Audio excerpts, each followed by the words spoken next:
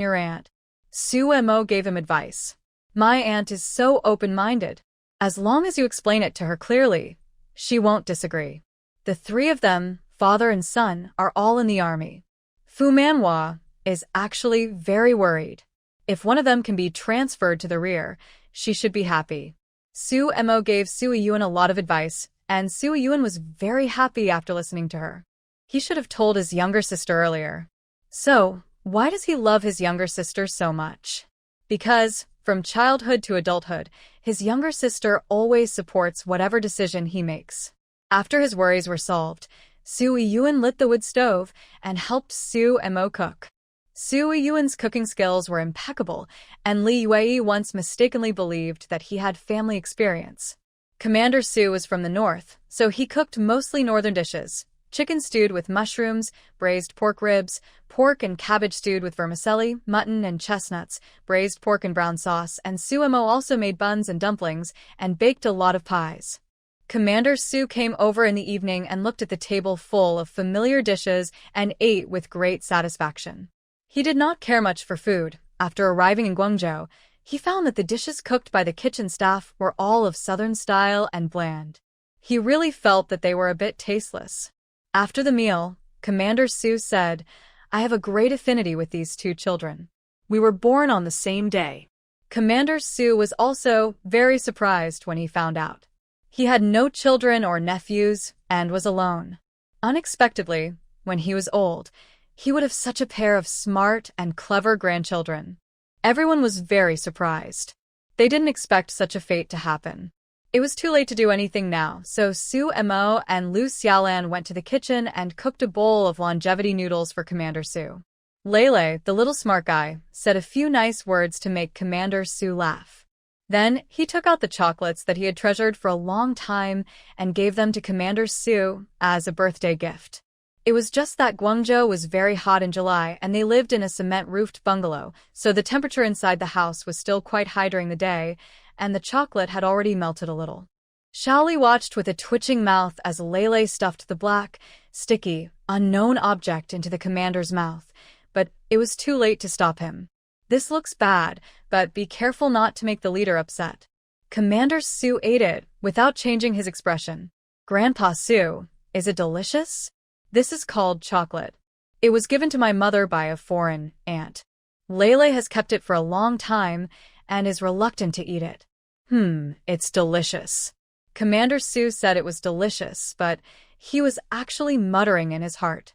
This popular thing abroad is very bitter and tastes weird. I don't know why foreigners like it so much. Anyway, he really can't eat it. Commander Su chewed it quickly and swallowed it. This chocolate was brought by a foreign businessman specifically to thank Suemo. Last year at the autumn fair, Suemo helped her select a batch of embroidery handicrafts, and she made a fortune when she returned home.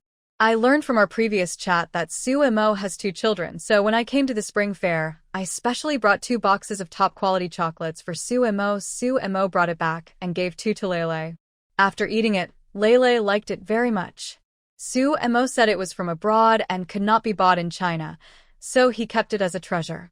He was really greedy and ate only one, and then saw that this thing was black and looked like a low-grade elixir that had been wasted. After eating one, it tasted bitter and astringent, so he immediately gave the whole box to Lulu. Lele got another box, and he was not stingy. He gave one to each of the adults and hid the rest. Although this box of chocolates looked quite large, most of it was just packaging, and there were actually only 12 chocolates inside. No matter how sparingly Lele ate them, after 2 or 3 months, there were only a few left. And didn't give any gifts, but instead performed a set of boxing for Commander Su. It was the same set she had demonstrated before, but it was more than 1 level higher than before. Obviously, the study during this period was very effective. Commander Su gave her the same feeling as her former master. The old man also had a stern face all day long and seemed strict, but he was actually very kind to her and her senior brother. As a master, nothing makes me happier than seeing my apprentice make progress. Is indeed the case. After seeing Anan's progress, Commander Su was very satisfied and said it was good. Because the 2 children were still too young, Commander Su taught them the basics, focusing on cultivating their perseverance and martial arts sense. He was very satisfied with N's progress. He has different requirements for an Un and Lulu. N is his favorite successor, so the requirements will be stricter. Lele is just a study companion, so the expectations on him are not that high. Besides, Lele is sweet talker, so he spoils him a little more. He has a serious face, and children usually stay away from him when they see him. It is rare that there is a child who is not afraid of him and comes close to him. He also enjoys the happiness of playing with his grandchildren. After eating the longevity noodles, Commander Su prepared to go back. Before leaving, he said to Lu Chongjing and Su Mo, "I don't have any children or grandchildren either. These two little guys are especially dear to me. From now on, let them call me Grandpa." Raising two little ones and becoming godparents are completely different things. One may just be a capable subordinate, but the other is a relative. The couple immediately asked the two children to change their words, and Commander Su happily agreed. He was not a person who followed formalities, so he changed his words and acknowledged the relationship. From now on, he only needed to let some news out, and these two little guys would be his grandchildren. Not long after Commander Su left, the news that he went to Lu Chongjing's house for dinner spread throughout the entire staff compound. This is the head of the military region. It is difficult to meet him normally, but he actually went to his house for dinner. I am afraid that this will be a big deal in the future of Lu Chongjing. Many people were envious and jealous, wondering why they didn't have a child who could win the favor of the leader. Lu Chongjing was really lucky, as his father became famous because of his son. In fact, those people were overthinking. Commander Su was not the kind of person who would give someone a green light just because he liked their child. On the contrary, he would be more strict with Lu Chongjing in the future. After Commander Su left, Lele held his box of chocolates and looked at it again and again, feeling very embarrassed. Finally, he opened it reluctantly, took out two chocolates, and handed them to Su Tingqian and Mo Yurong. "Grandpa and Grandma, you have them too. Lele is not partial." The old couple were delighted that this clever little boy knew how to treat everyone equally. Seeing Lele being so naughty, Su Yuan teased him. "Lele, what about your second uncle? Your second uncle has never eaten chocolate either." Lele quickly held the box tightly and stared at Su Yuan with a vigilant look. "Second uncle, you are so old. Do you still want a food from children?" Su Yuan was so angry that he pulled Lele over and said, "You little boy, your second uncle loves you for nothing. How many good things did your second uncle buy for you? But you can't even get a candy from him." Lele's tangled little face wrinkled up, but finally she opened the box reluctantly and took one out to give to Su Yuan. There really aren't any left. Lele only has two left. After giving them away, there was only one left in the box. Su Yuan laughed and gave the chocolate back to Lele. "Since you only have two left, just keep them for now. When you have new ones in the future, you can give them to Uncle." Lele pushed the chocolate back to Su Yuan. "Give it to me now. Mom said that this chocolate is only sold in foreign countries. What if the aunt doesn't give it to me next time? Then it will be gone. Then are you willing to give it up?" Lele patted Su Yuan's arm like a little adult. "What can I do if I don't want to? My second uncle has never eaten chocolate. As his nephew, I have to give in to him." Mo Yurong burst out laughing and handed her and Su Tingqian's chocolate to Lele. "Lele, Grandpa and Grandma have eaten it before. Lele, save this for later." "You really don't want to eat anymore?" Lele asked with his head tilted. "I really don't want to eat it." Lele quickly took the chocolate and put it back in the box. "You guys don't want to eat it. It's not that Lele is partial." After saying this, he closed the box and said to Su Yuan, "Second uncle, please eat it quickly. It's really pitiful for a grown-up like you to have never eaten chocolate." After saying that, he ran away with the box in his arms. Su Yuan was really angry and amused, but seeing that the chocolate had melted a little, he opened it and ate it. "I will buy him another box when I exchange it for overseas remittance coupons." After Lele hid the box and came out, Lu Chongjing called the two children over and told them about Commander Su. "Your grandpa Su is a great hero." The Su family was originally a martial arts family in Anhui province. At its peak, the family had a total of 135 men. When the war started, the Sioux family sent men to the battlefield to defend their country. When one man died, another was sent. In the end, all the young and strong men died, leaving only the elderly, women, children, and babies. Your grandfather Sioux was the oldest of his generation. He resolutely took over his father's legacy. At the age of 9, he carried a steel gun to the battlefield. He was not afraid of life and death, and he made many outstanding achievements. When his younger brothers grew up, they also followed him to fight. We were born in a stable era and don't know how brutal the war was. After the war, 9 out of 10 houses in Anhui province were emptied, and it almost became a deserted city. The remaining members of the Sioux family also died in that war. Your grandfather Sioux was only left with one breath, and he survived only after being rescued by reinforcements. I'm telling you all this today because I want to tell you that the Sioux family is full of loyal and brave people. You are lucky enough to be his godparents, so you must be strict with yourself and not bring disgrace to the Sioux family. Do you understand? Lu Chongjing also knew that the children were still young and might not understand, but there were some things he had to make clear now. Anna nodded seriously. Although Lula didn't quite understand, she nodded when she saw her sister nod. Lu Heian, Lu Yenha. Lu Chongjing called the two little ones by their full names for the first time. The two kids had been studying under Commander Sioux for a while and had picked up a lot of military habits. They immediately responded reflexively. Here, we must remember the kindness of our ancestors and strive to become stronger. Lu Chongjing said solemnly. Yes, the two kids said in unison.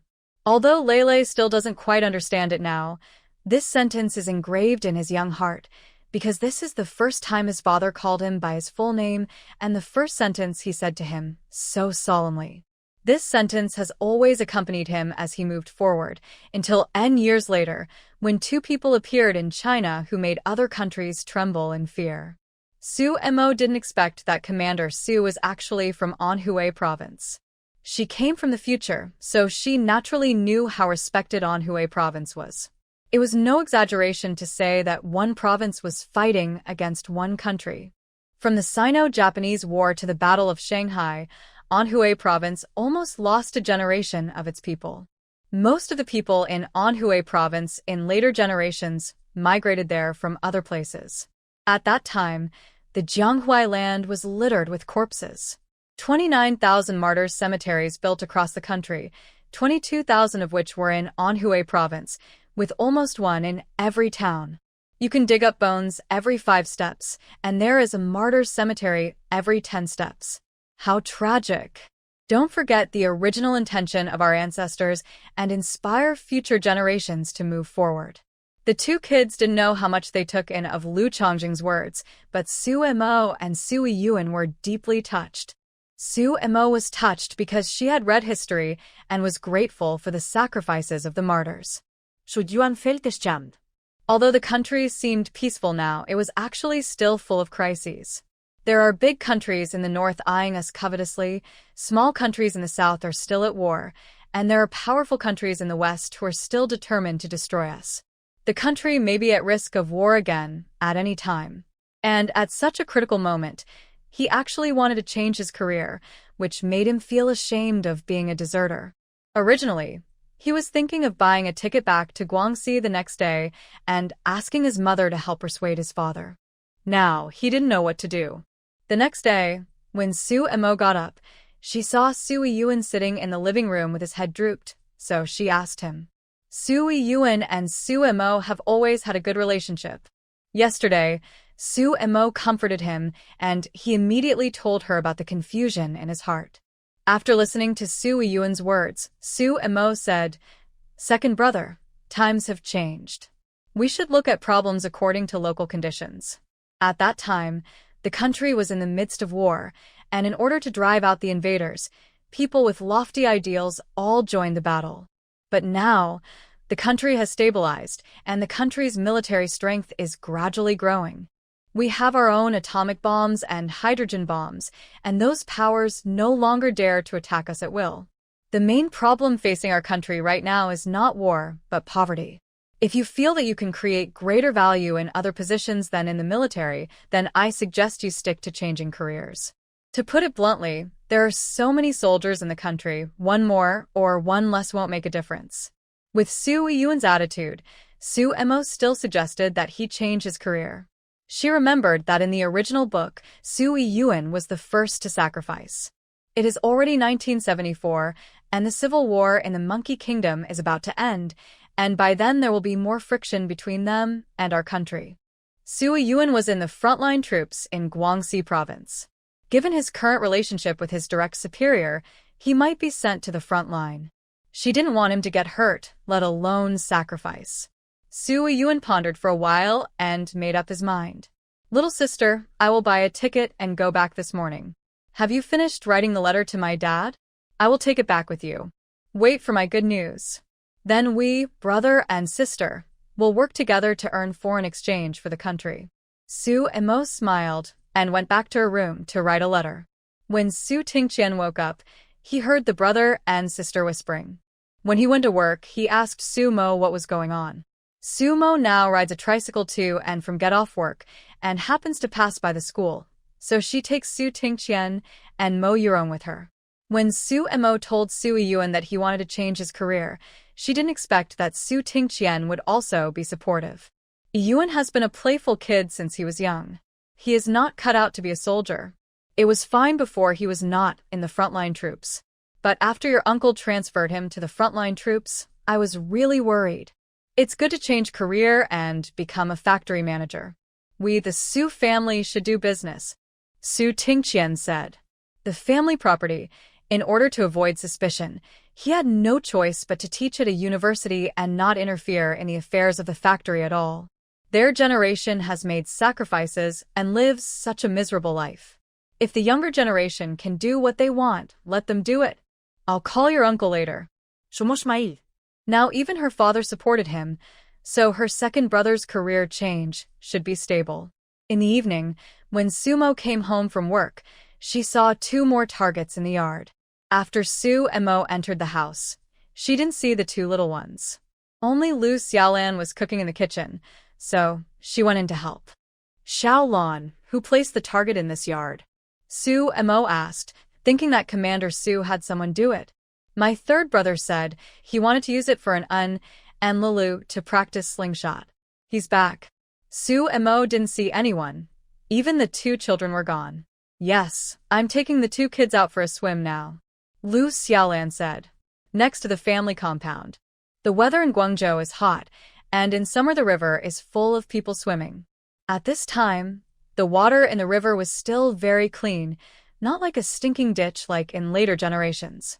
Lu Chongzheng was not so busy during this period, so he took his 2 children there to soak in the water and taught them how to swim. P.S. Salute to the revolutionary martyrs.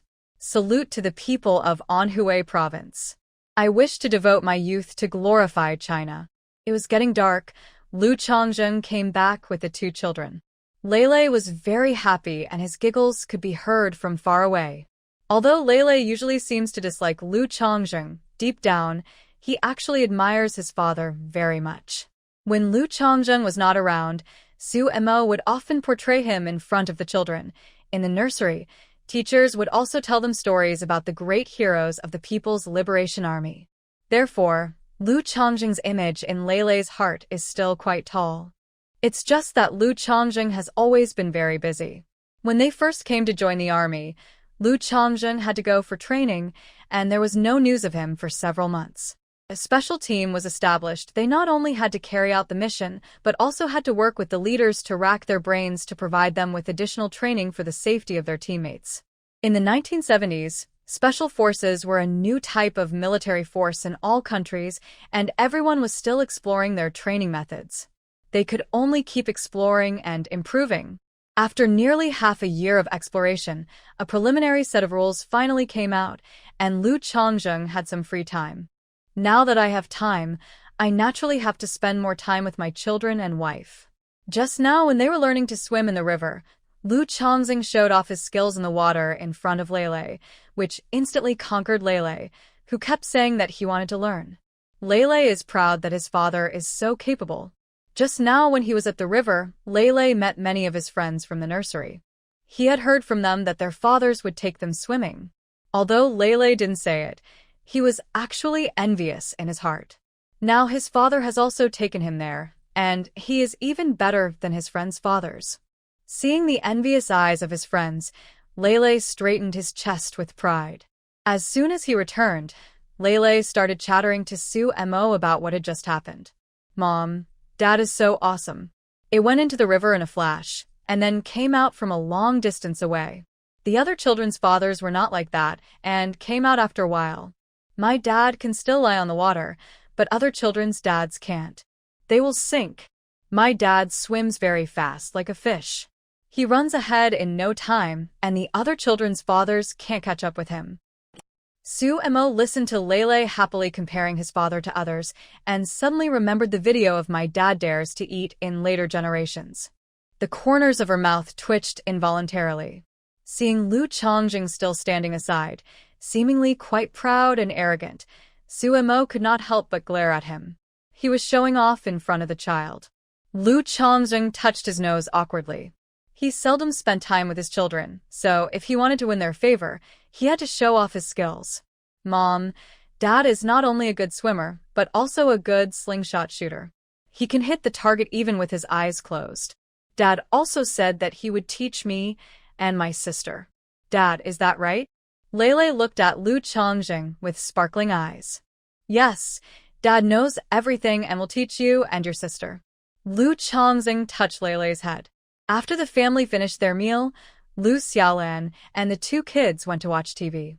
Sue Mo came out of the shower and was surprised to see that the neighboring family didn't come over. Since her family bought a TV, except for the day when Commander Sue was here, they didn't come. The rest of the time, Wang Tsueme, mother and son, all came on time. Sue Mo went out to do the laundry and found Wang Tsueme and her youngest son Zheng Haichong sitting in the yard to enjoy the cool air. Zheng Haichong was standing on tiptoe and looking around, obviously wanting to watch TV very much. "Mrs. Wang, why didn't you come to watch TV today?" Sue Mo asked. Wang Tsueme smiled awkwardly. The final exam is coming up soon, and the eldest and second child need to study. Let's not watch it for now, and let them review their lessons. Wang Tsueme's eldest son is 10 years old, and her second daughter is 8 years old. They are already in elementary school. The final exams are indeed approaching in July, so Sue Mo didn't think much about it. In fact, it was Zheng Guosheng who didn't let them come over to see. Commander Sue was next door, and he didn't want others to say that he was a person who curried favor with the powerful, so he scolded Wang Tsueme and her two children and told them to go to the next door less often, so that others would not say that his family was currying favor with others. The next day, Lu Chongjing got up early and called the two children. The three of them first practiced a set of boxing in the yard. After that, Lu Chongjing began to teach the two children how to shoot slingshots. Wang Tsueme was watering the vegetables nearby and couldn't help feeling a little envious. Although Captain Liu is busy with work, he will teach the children when he has time. Her husband, Mr. Zheng, is often at home, but he has never been seen taking care of the children. Wang Tsueme went into the house and called Zheng Guosheng. Captain Liu next door is teaching two kids how to use slingshots. "Can you teach our kids too?" Zheng Guosheng was thinking about something yesterday, and as it was hot, he didn't sleep much the whole night. He took advantage of the cool early morning to take a nap, but was suddenly woken up, and he couldn't help but feel angry. "What are you teaching? Don't you think those naughty kids you gave birth to are troublemakers enough? If you teach them to use slingshots and break someone's window, how much of my salary will be enough for you to pay me back? Be quiet and don't cause any trouble for me."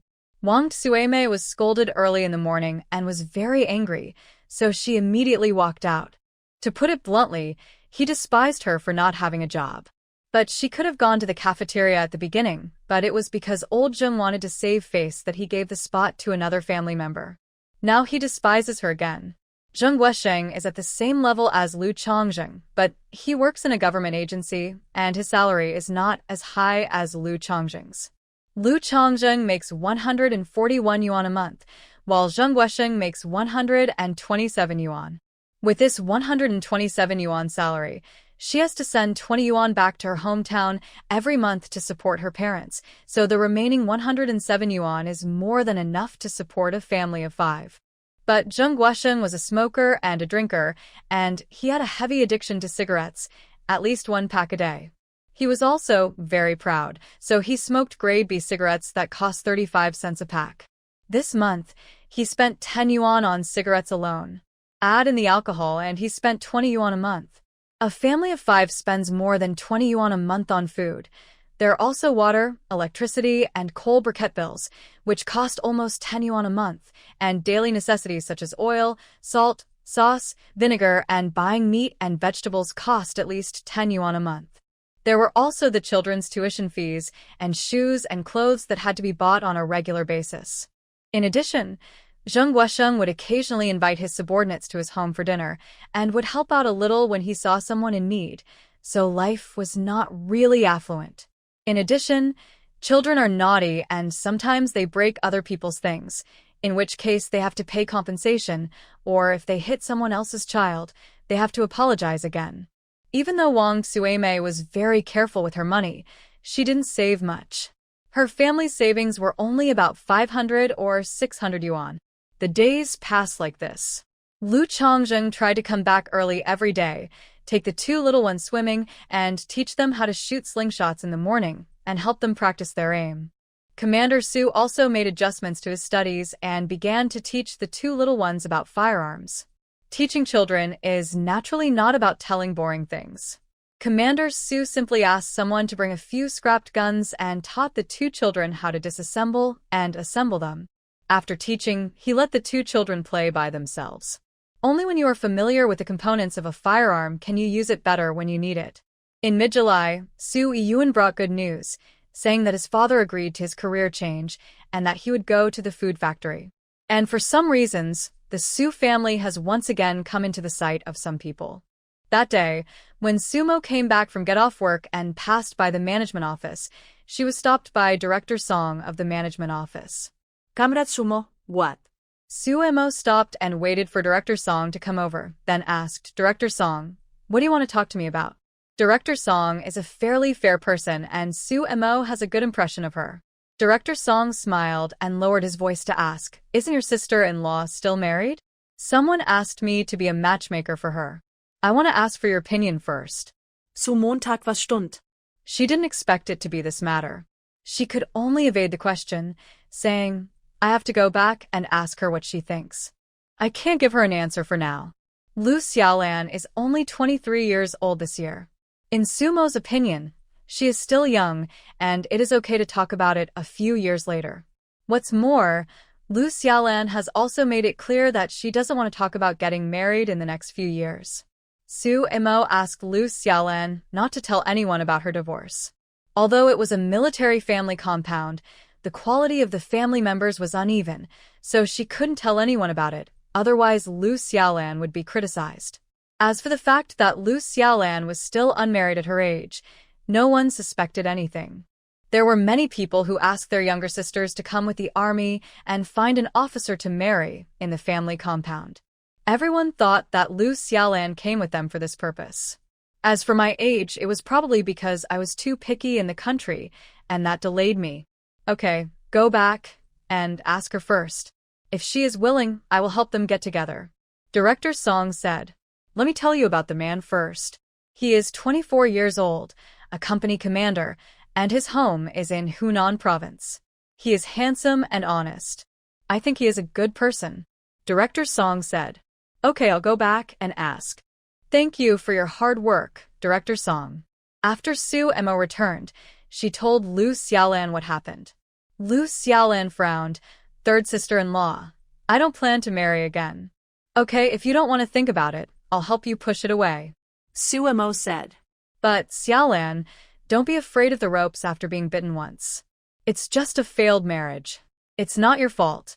If there is a suitable candidate or someone who makes your heart beat, you can still try again. Of course, it's okay if you really don't want to.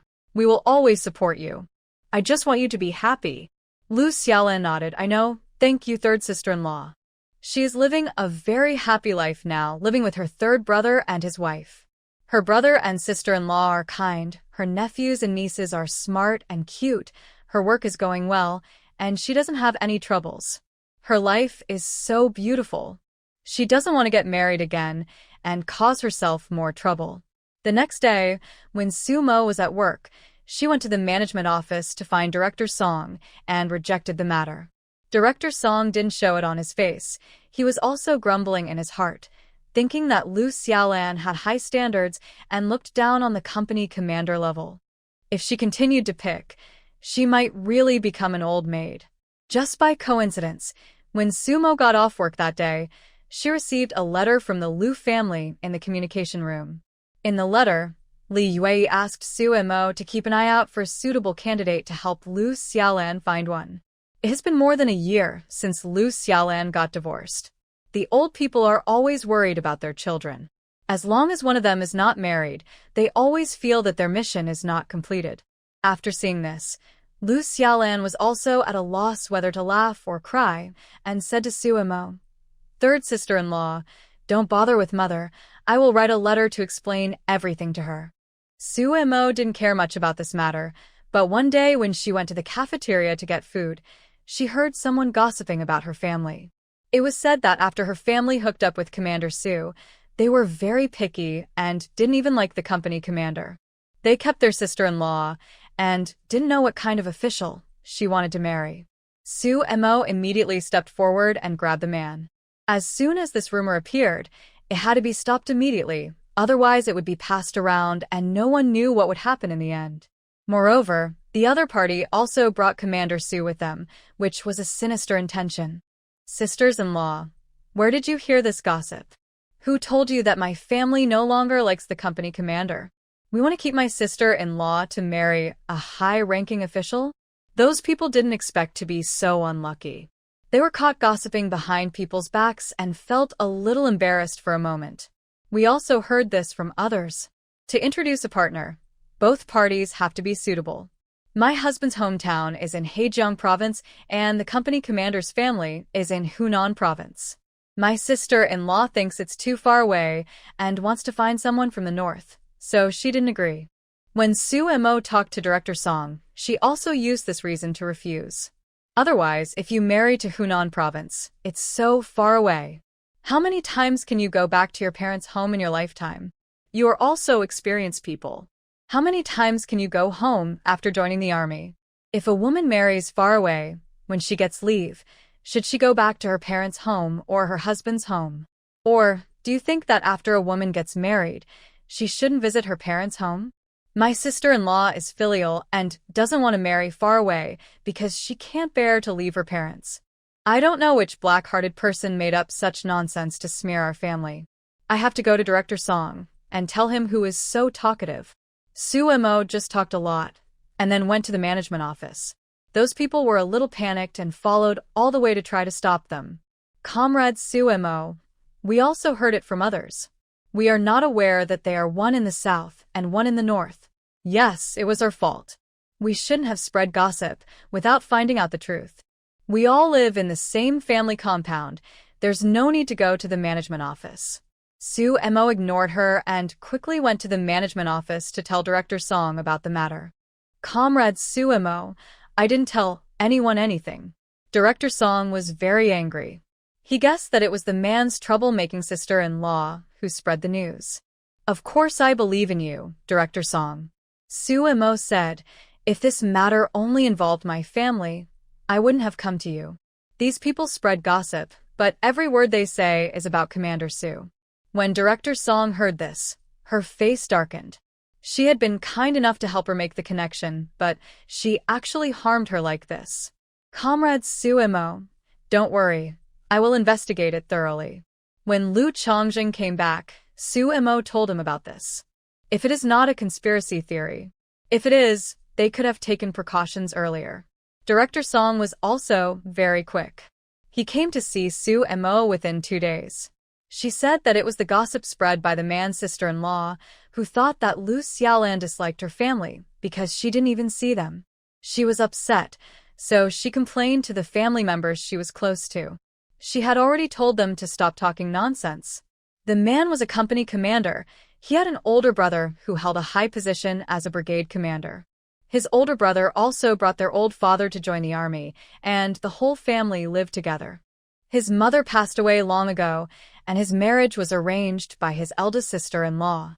His sister-in-law also saw that the Liu family had established a relationship with Commander Su, so she thought of arranging a marriage between her brother-in-law and Liu Xiaolan. Comrade Su Mo, I'm really sorry. It's my fault too. It's my fault that I didn't explain it clearly to you. Director Song was very apologetic. When Su Mo said she would go back and ask Liu Xiaolan what she thought, she simply told her about the man, thinking that if he agreed, she would tell him in detail. If he didn't agree, there was no need to tell her who it was, to avoid embarrassment. The next day, Su Mo came to decline the offer. Although she suspected that Liu Xiaolan was dissatisfied with her low position, she was very sure that she had not conveyed such an intention to the other party. She also said that the two positions were too far apart, so the woman would not consider it. I didn't expect that person to be such a rude person and actually spread the news. Did he think her uncle was a gold nugget? Just because she said so, people would like him? Now, I'm afraid no one in the family compound dares to introduce her brother-in-law to a marriage. If it doesn't work out, she will be blamed. Who would be happy about that? However, after Sumo's commotion, no one dared to attack Liu Xiaolan for the time being. After all, everyone was a little scared of having such a powerful sister-in-law. This was exactly what the two of them wanted, and they were happy to have some peace and quiet.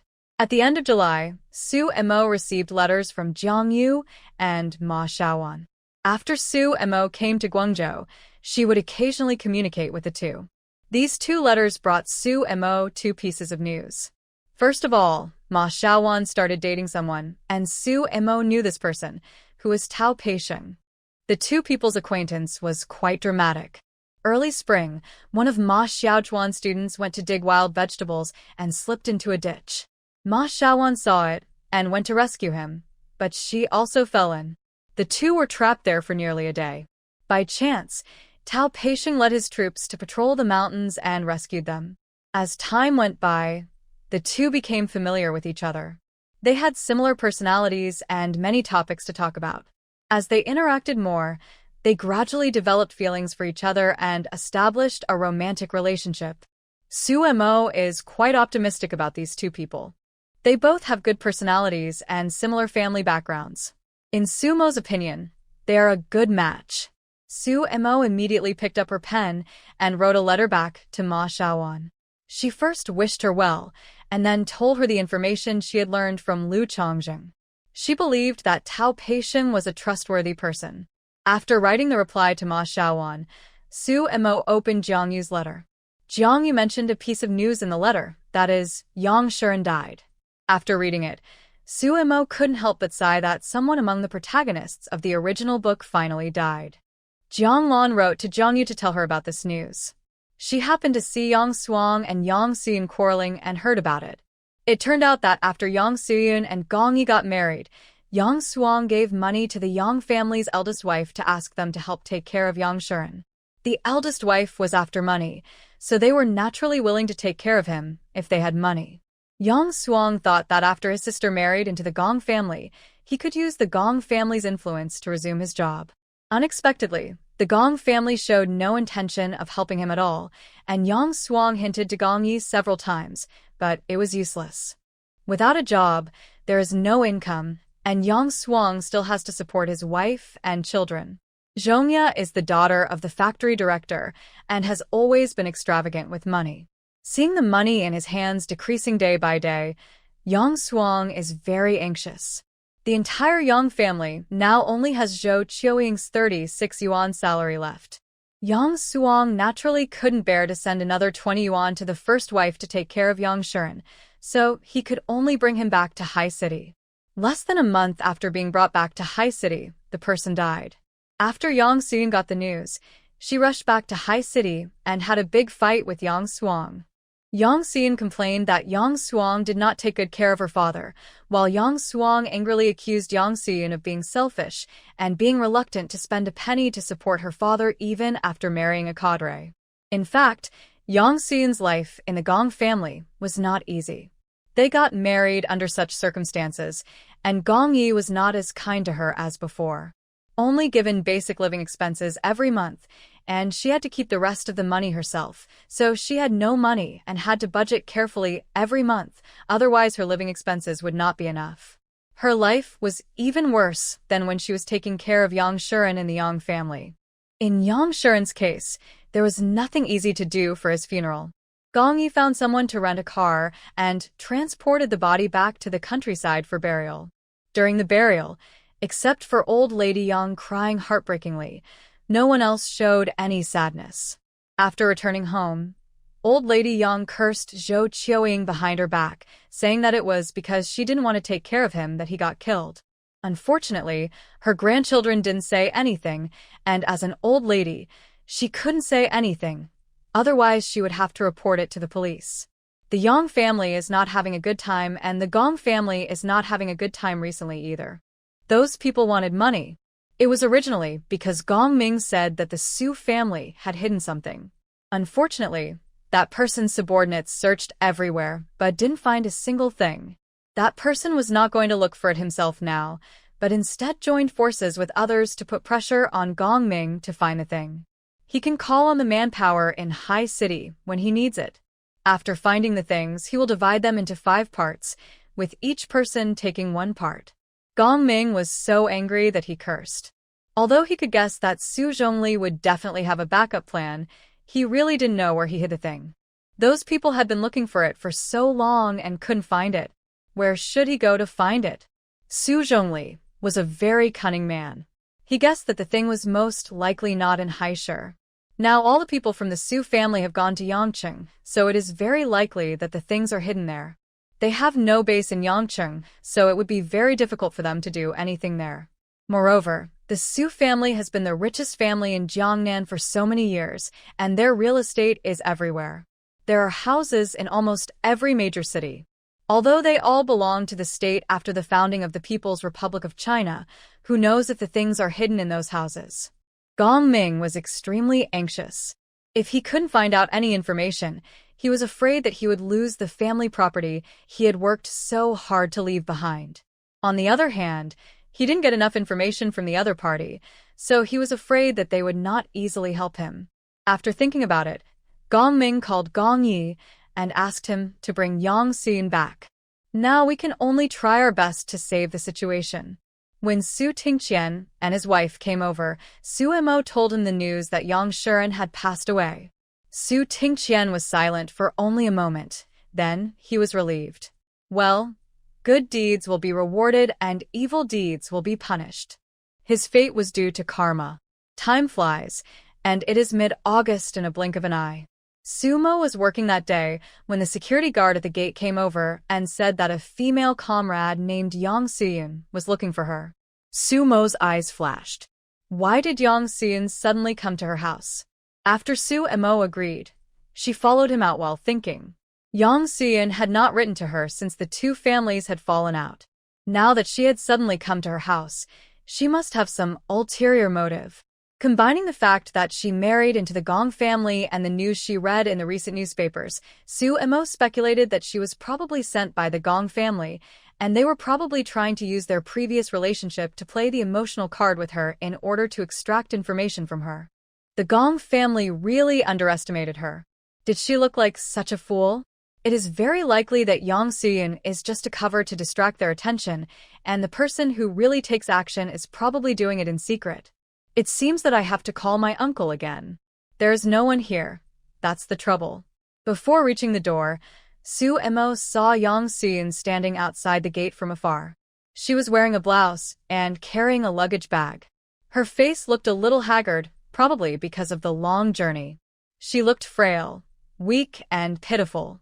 Yang Xian is not bad-looking. She looks a bit like the heroine in Qiangyao dramas in the 1990s. She was always with the original owner before, so she was ignored. If you take her out alone, she is also a beauty. As soon as she saw Sue Mo, Yang Suyun's eyes instantly turned red, and before she could say anything, she cried out Momo. The two words were called out in a roundabout way, as if a child who had suffered so much injustice finally saw his relatives. Sue Mo almost applauded. This acting skill was far better than many popular young actresses in the future. Comrade Yang, why are you here? Sue Mo asked very politely. Hearing Sue Mo calling her like that, Yang Suyun seemed even sadder. Momo, can we talk? Okay. Sue Mo walked out the door and to the side of the road. She was too lazy to bother with her and was ready to get rid of her quickly. Momo, I'm sorry, I didn't expect my dad would do such a thing. Yang Suyun started by apologizing. Grandpa said that the Su family retaliated against her family without even saying hello, which meant that they already had evidence in their hands. It was useless to shirk responsibility, and it would be better to admit it directly to gain people's trust. I felt so guilty before that I didn't dare to contact you. Now that my father has passed away, I finally dare to come to you and say sorry to you in person. I'm sorry, but these 3 words are the most useless.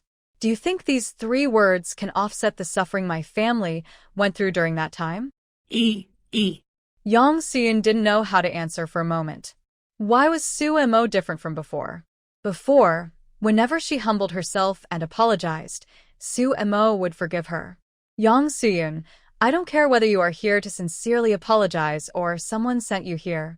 If you want to gain something by playing the emotional card with me, it will be useless. Sue Mo directly made the situation clear. First of all, I will not forgive you. Ever since your father did that, there has been no friendship between our 2 families. From now on, we will just be enemies. Do and tell me that your father is your father, and you are you. We are one family, and we can't have different blood. Your father is an ungrateful person, and you are no exception. You have always been jealous of me, and have done those little things. Don't think I don't know. I just didn't bother with you because of the face of our 2 families. My Su family has always believed in if someone respects me 1 foot, I will respect him 1 foot. If someone criticizes me 1 grain of rice, I will take away 3 bushels of rice. Because your father sent my father to the hospital, your family has benefited a lot. Since he doesn't appreciate it, then give it all back. If you are smart, you'd better show up less in front of our family, otherwise we will feel uncomfortable and might do something else. For example, your mother's job may also be lost.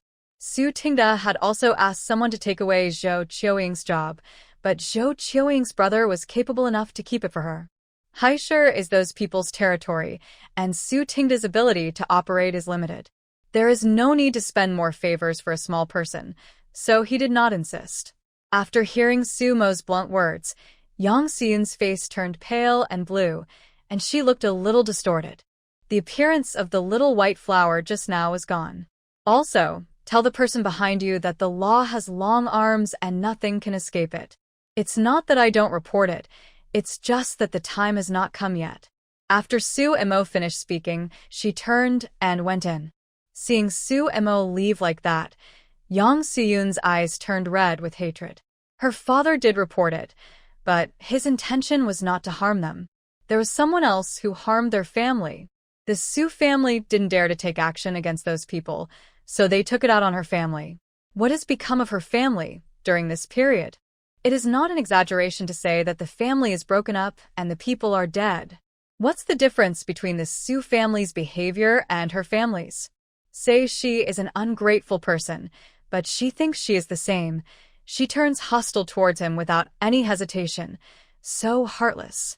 She hadn't done anything her grandfather had asked her to do. She had wanted to take advantage of this to gain a firm foothold in the Gong family, but now she didn't know what to do. Sumo returned to the office and continued working as normal. After work, she went to school first.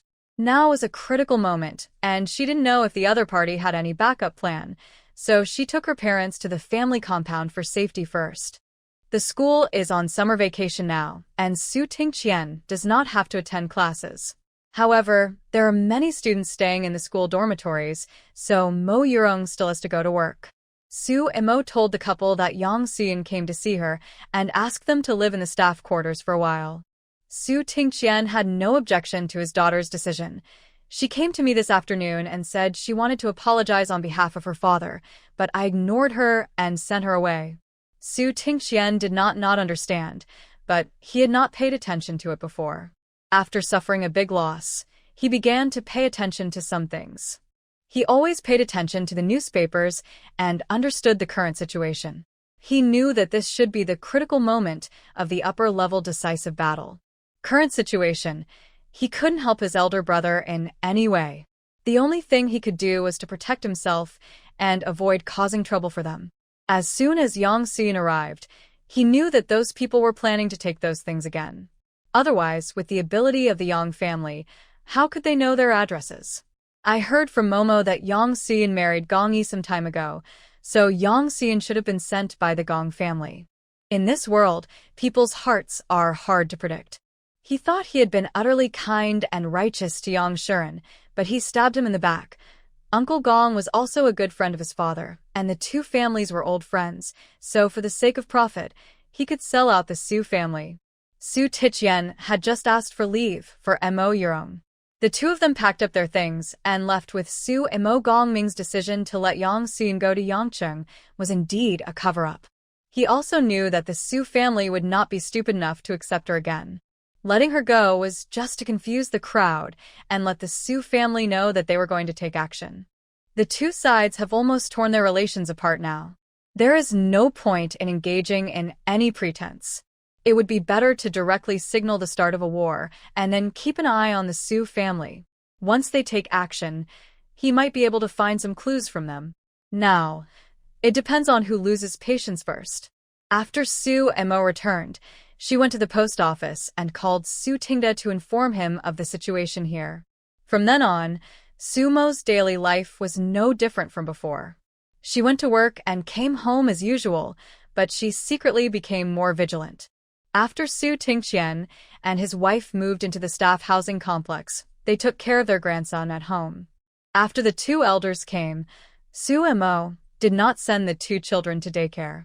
She let them stay at home with the two elders. Every other day, Commander Su would send someone to pick up the two children to study. Gong Ming mobilized a lot of people and kept an eye on it for half a month, but there was no useful information. Gong Ming could wait, but the people above him couldn't and kept putting pressure on him. For this reason, Gong Ming even sneaked into the Su family's house to check it himself, but still found nothing. Gong Ming became more certain of his judgment that the thing was no longer in Haisher. He also reported this situation to his superiors, who only said one thing to Gong Ming: either hand it over to the Su family or to the Gong family.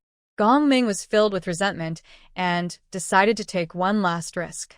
If it didn't work, he would have to spend money to avoid disaster. Those people probably won't be able to jump around for much longer. After they fall, he will see if he can find a way to get his things back. That day, after Su Mo got off work, she took a tricycle home as usual. Halfway through the journey, the tricycle suddenly stalled, and the driver couldn't start it no matter how hard he tried. Master Huang, who drives the car, often gives Su Mo a ride and is considered an acquaintance of Su Mo. Comrade Su, this car can't leave. We can only wait for the station to send a car to tow it. Please wait a moment. I will see if there are any colleagues passing by and take you to the station. Then you can change to another car. Okay, no problem. Su Mo had been waiting these days, and she felt that this should not be an accident. Sure enough, after a while, a tricycle passed by. Master Huang quickly stopped the car and was very happy to see that it was an empty car. My car broke down, and your empty car is just right. Please help me take Comrade Su to the transfer station. The man was in a dilemma. I need to go to the fertilizer factory's residential area to pick someone up. If I go to the transfer station, I'm afraid I'll be too late.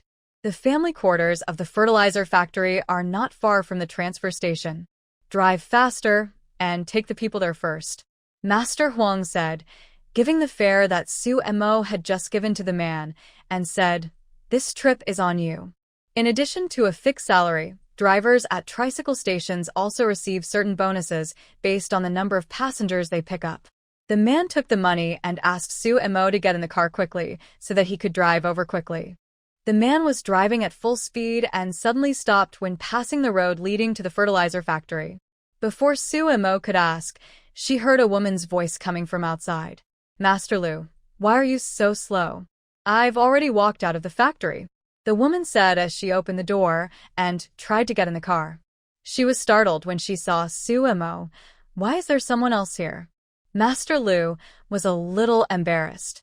The bus this comrade was riding in broke down on the way, so I took her to the transfer station. Oh, Master Lu, you know I'm in a hurry. My daughter is in the hospital and she's about to give birth, the older sister said as she sat in and said to Suemo, Comrade, this place is not far from the transfer station. It only takes a few minutes to walk along the side road. Could you please walk over there yourself? The elder sister said pleadingly. Suemo also wanted to see what those people were going to do, so she went along with it. Okay, then I'll go over there myself. Comrade, thank you so much. After thanking him, the elder sister waited for Suemo to get off the car, then urged Master Lu to drive faster, and soon the two of them drove away at lightning speed. From here to the transfer station it may take 10 minutes, but there is a small woods in front. If you go through there, the time can be shortened by half. Many people walk there during the day. But today was a political study day at the company, so Sumo was already half an hour late for work. Now it was almost 7 o'clock and everyone had gone home, so naturally there was no one in the grove. Suemo curled her lips and walked into the grove. In Lujia village, Suemo had already raised her supernatural powers to the 3rd level. Her space, and she can use her supernatural powers when they reach the 3rd level. In Guangzhou, she would stimulate the growth of wild ginseng or other crops before going to bed every night. When Lu Chongzhen was not at home, she would take out the crystal cores to absorb and upgrade her superpowers. Last month, her supernatural power had successfully entered the 4th level. Her 5 senses were more sensitive, her control over supernatural power was more handy, and her strength and speed were greater and faster than before. After entering the woods, Suemo saw a vine and twisted a section of it, holding it in her hand and dragging it. If anything happened, she could use it as a weapon. If nothing happened, she would take it back and let the 2 kids use it as a skipping rope. After walking for a while, Suemo heard a very slight breathing sound in the grass beside the path. Obviously, someone was lying in ambush there. Suemo pretended not to know and continued walking forward. As she walked along, she heard 4 breathing sounds in total.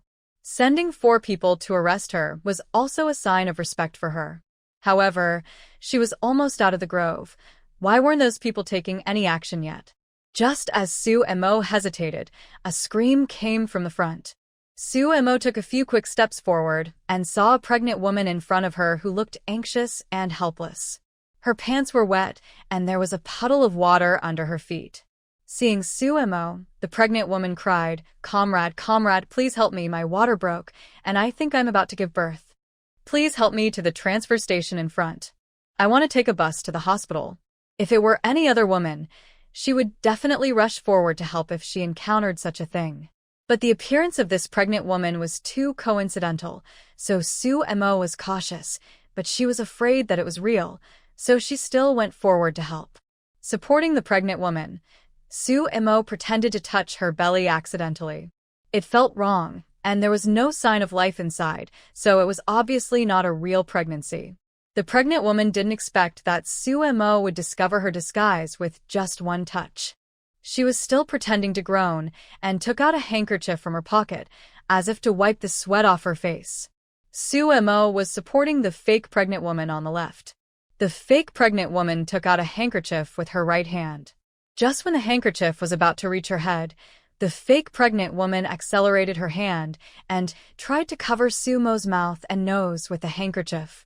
Suemo had noticed it long ago and immediately leaned back, pulling the fake pregnant woman's arm and swinging it.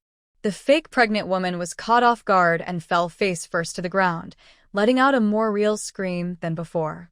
Suemo took a quick step over, turned her over, grabbed her hand holding the handkerchief, and covered her mouth and nose with it. Within a few seconds, the person fainted. After discovering that the pregnant woman was exposed, The two people who were lying in ambush closest to her hurried out. One rushed toward Suemo, while the other blocked the road ahead to prevent Suemo from running out of the grove.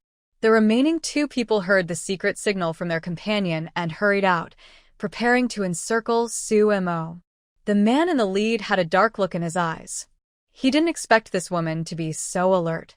Originally, the superiors sent 6 people, but he thought it was too much of an overreaction to arrest a woman, so he asked the other 2 to do his private business for him. Now it seems that he was careless. If you follow us obediently, you can suffer less. Suemo sneered. If you just follow me to the police station, you will suffer less. The leading man winked at one of the sturdy men, who walked up to Suemo and threw a quick punch, probably with the intention of knocking Suemo out with one punch. Suemo quickly dodged to the side and kicked the sturdy man hard in the stomach. The sturdy man felt that his internal organs were hit hard, and his face turned red in pain. This woman is so strong. But before he could fight back, Suemo jumped up and kicked him on the head again. The strong man felt a buzzing in his head and then lost consciousness. With just 2 moves, Suemo knocked down one man.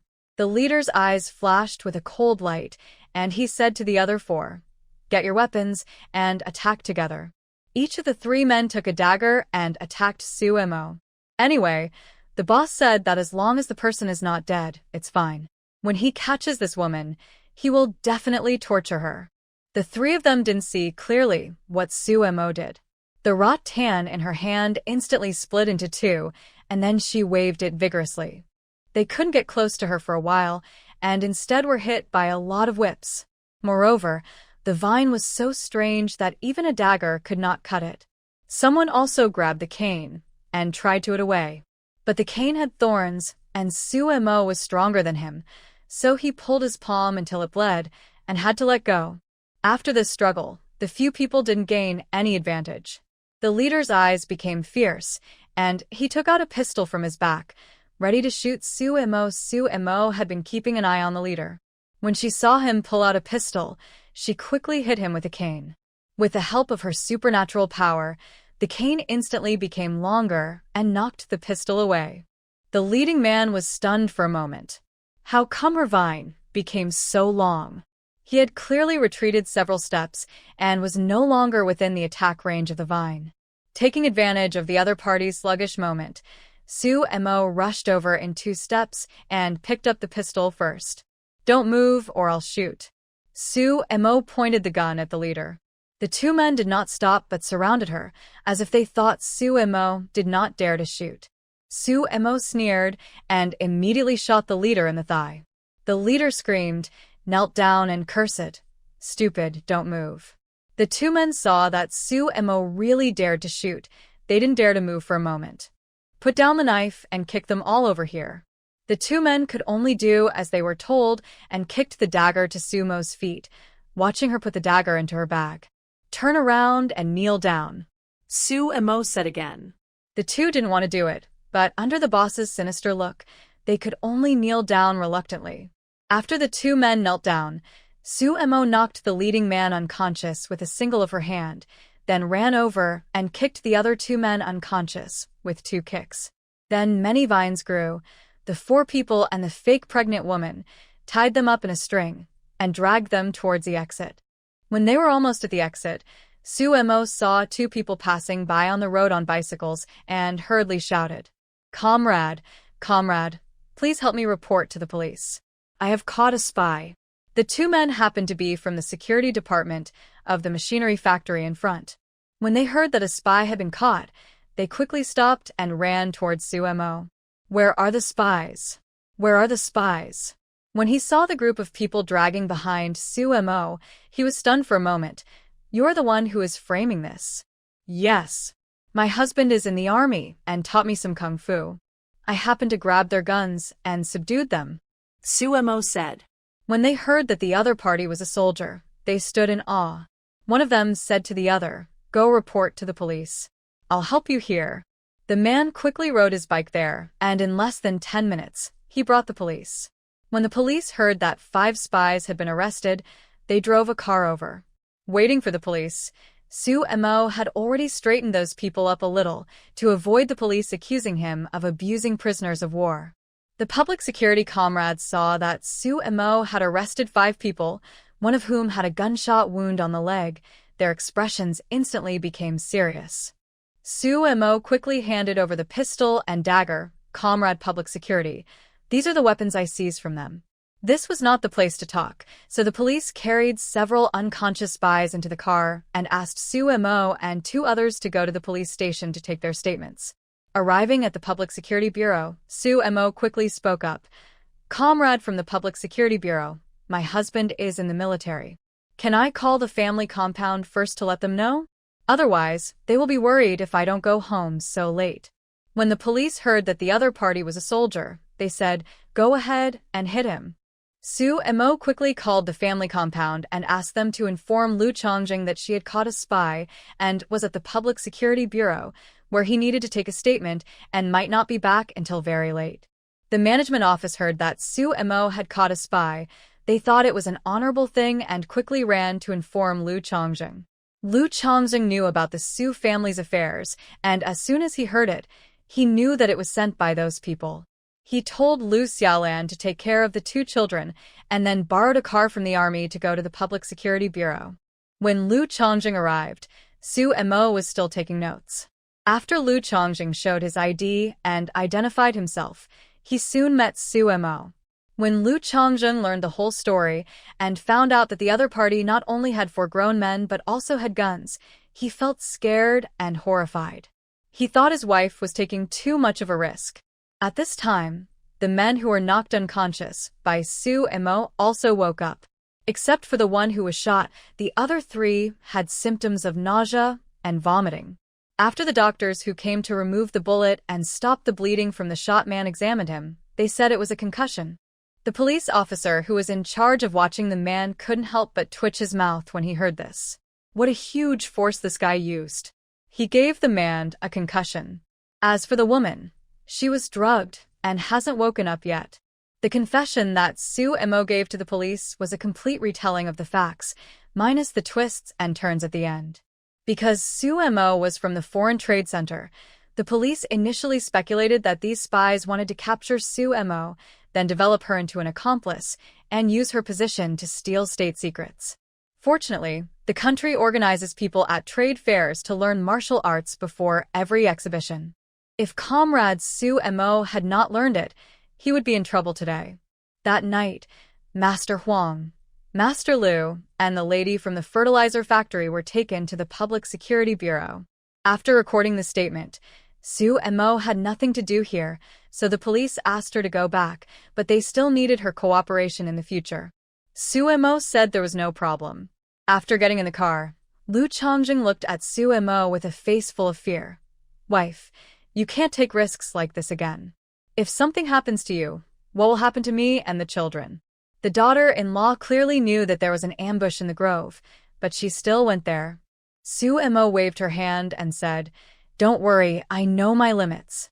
I won't go in if I'm not sure. The other party has a gun, wife." Lu Chongjing felt a pain in his heart. His wife didn't value her life at all. If the other party shot her from behind, she might be in trouble. "I anticipated this situation, and I have a gun." Su Mo said, "Besides, the other party wants to get something from me, so they will definitely not kill me." There are several boxes of weapons in Su Mo's space, including dozens of silenced pistols. She has already loaded them all with bullets and can take them out whenever she needs them.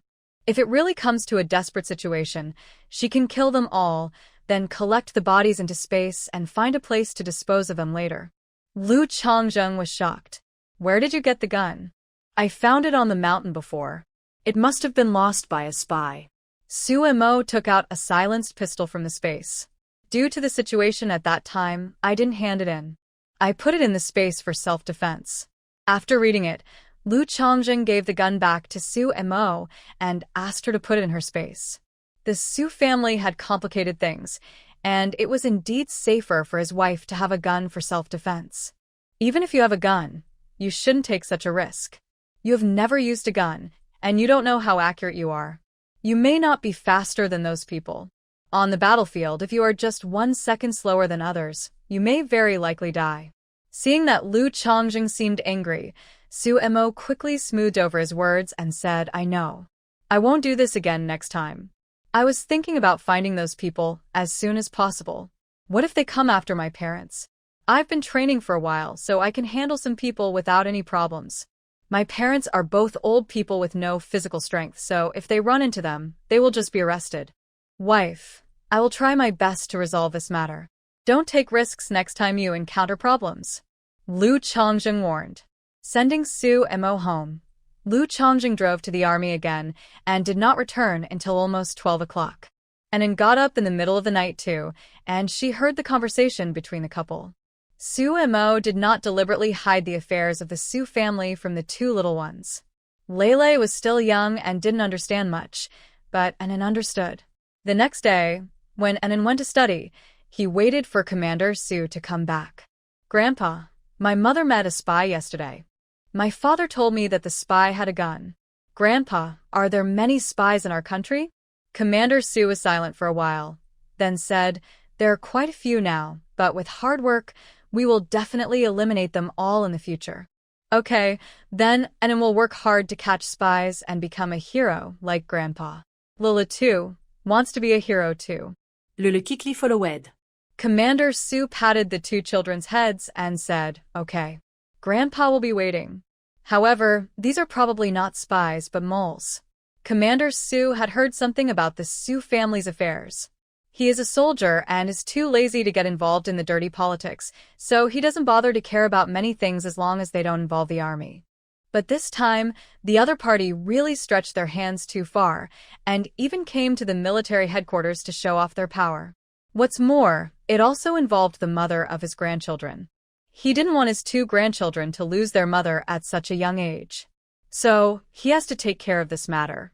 As the commander-in-chief of the military region, Commander Su can communicate directly with his superiors. The next day, Commander Su called his superiors and told them about the incident. He severely scolded certain people and said that they were so bold as to wantonly murder the lives of ordinary people. The higher-ups were furious when they heard this. In addition to reporting the matter to his superiors, Commander Su also acted swiftly and decisively, directly sending troops to take over those people. Even the two who went there to handle private matters were arrested within 2 days. A group of 7 people were taken away and shot. In addition to Commander Su, the Southern Marshal also received the news, but Commander Su had already said it in front of the leaders, so he did not say it again in front of the leaders. But not saying it doesn't mean that he doesn't have his own ways to warn those people. Soon, several photos of the deaths of those people appeared on the desks of those involved. That day, when Gong Ming arrived at the office, he found an envelope on his desk. He thought those people had left him some message, so he quickly sent his secretary out. The secretary left. Gong Ming opened the envelope. Instantly, a photo of a man with his eyes open came into his sight. Gong Ming was so frightened that he almost died of a heart attack. He had seen this man before. He was one of the small leaders he sent out. After Gong Ming recovered, he became more and more scared and angry the more he thought about it. He flew into a rage and called his secretary over to scold him, asking him to pay attention to the safety of his office in the future and not let just anyone enter. The secretary was scolded early in the morning and had to be more cautious. I don't know what's wrong with the boss recently. His temper is getting worse and worse. In addition to sending people to Yangcheng, Gong Ming also sent people to Guangxi province, targeting Su Yuan, who had just become the director of the food factory. Su Yuan transferred to civilian work at the end of July. He was not talented enough to be a soldier, but he was definitely qualified to do business. In just over a month, the originally chaotic food factory began to get back on track under his swift and decisive measures. Ever since Su Yuan changed his job, Su Tingda has been paying attention to the situation of the food factory. He is afraid that the brat is just acting on a whim and causing the country to suffer losses. How can he be worthy of the ordinary people? Su Tingda has even made plans to compensate for the losses out of his own pocket.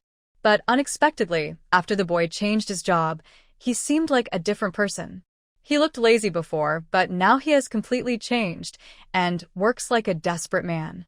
Su Tingda didn't show it on his face and still looked down on Su Yun, but in fact, he was proud in his heart. Especially when I see the food factory looking better day by day, I feel deeply touched. If I had known this would happen, I would not have let my youngest son join the army. He had wasted so many years. Su Yun was almost busy to death during this period. He stayed in the factory every day and slept on the floor in the office. He changed from a spirited young man to a disheveled homeless man. Fortunately, all the hard work paid off and the factory was back on track.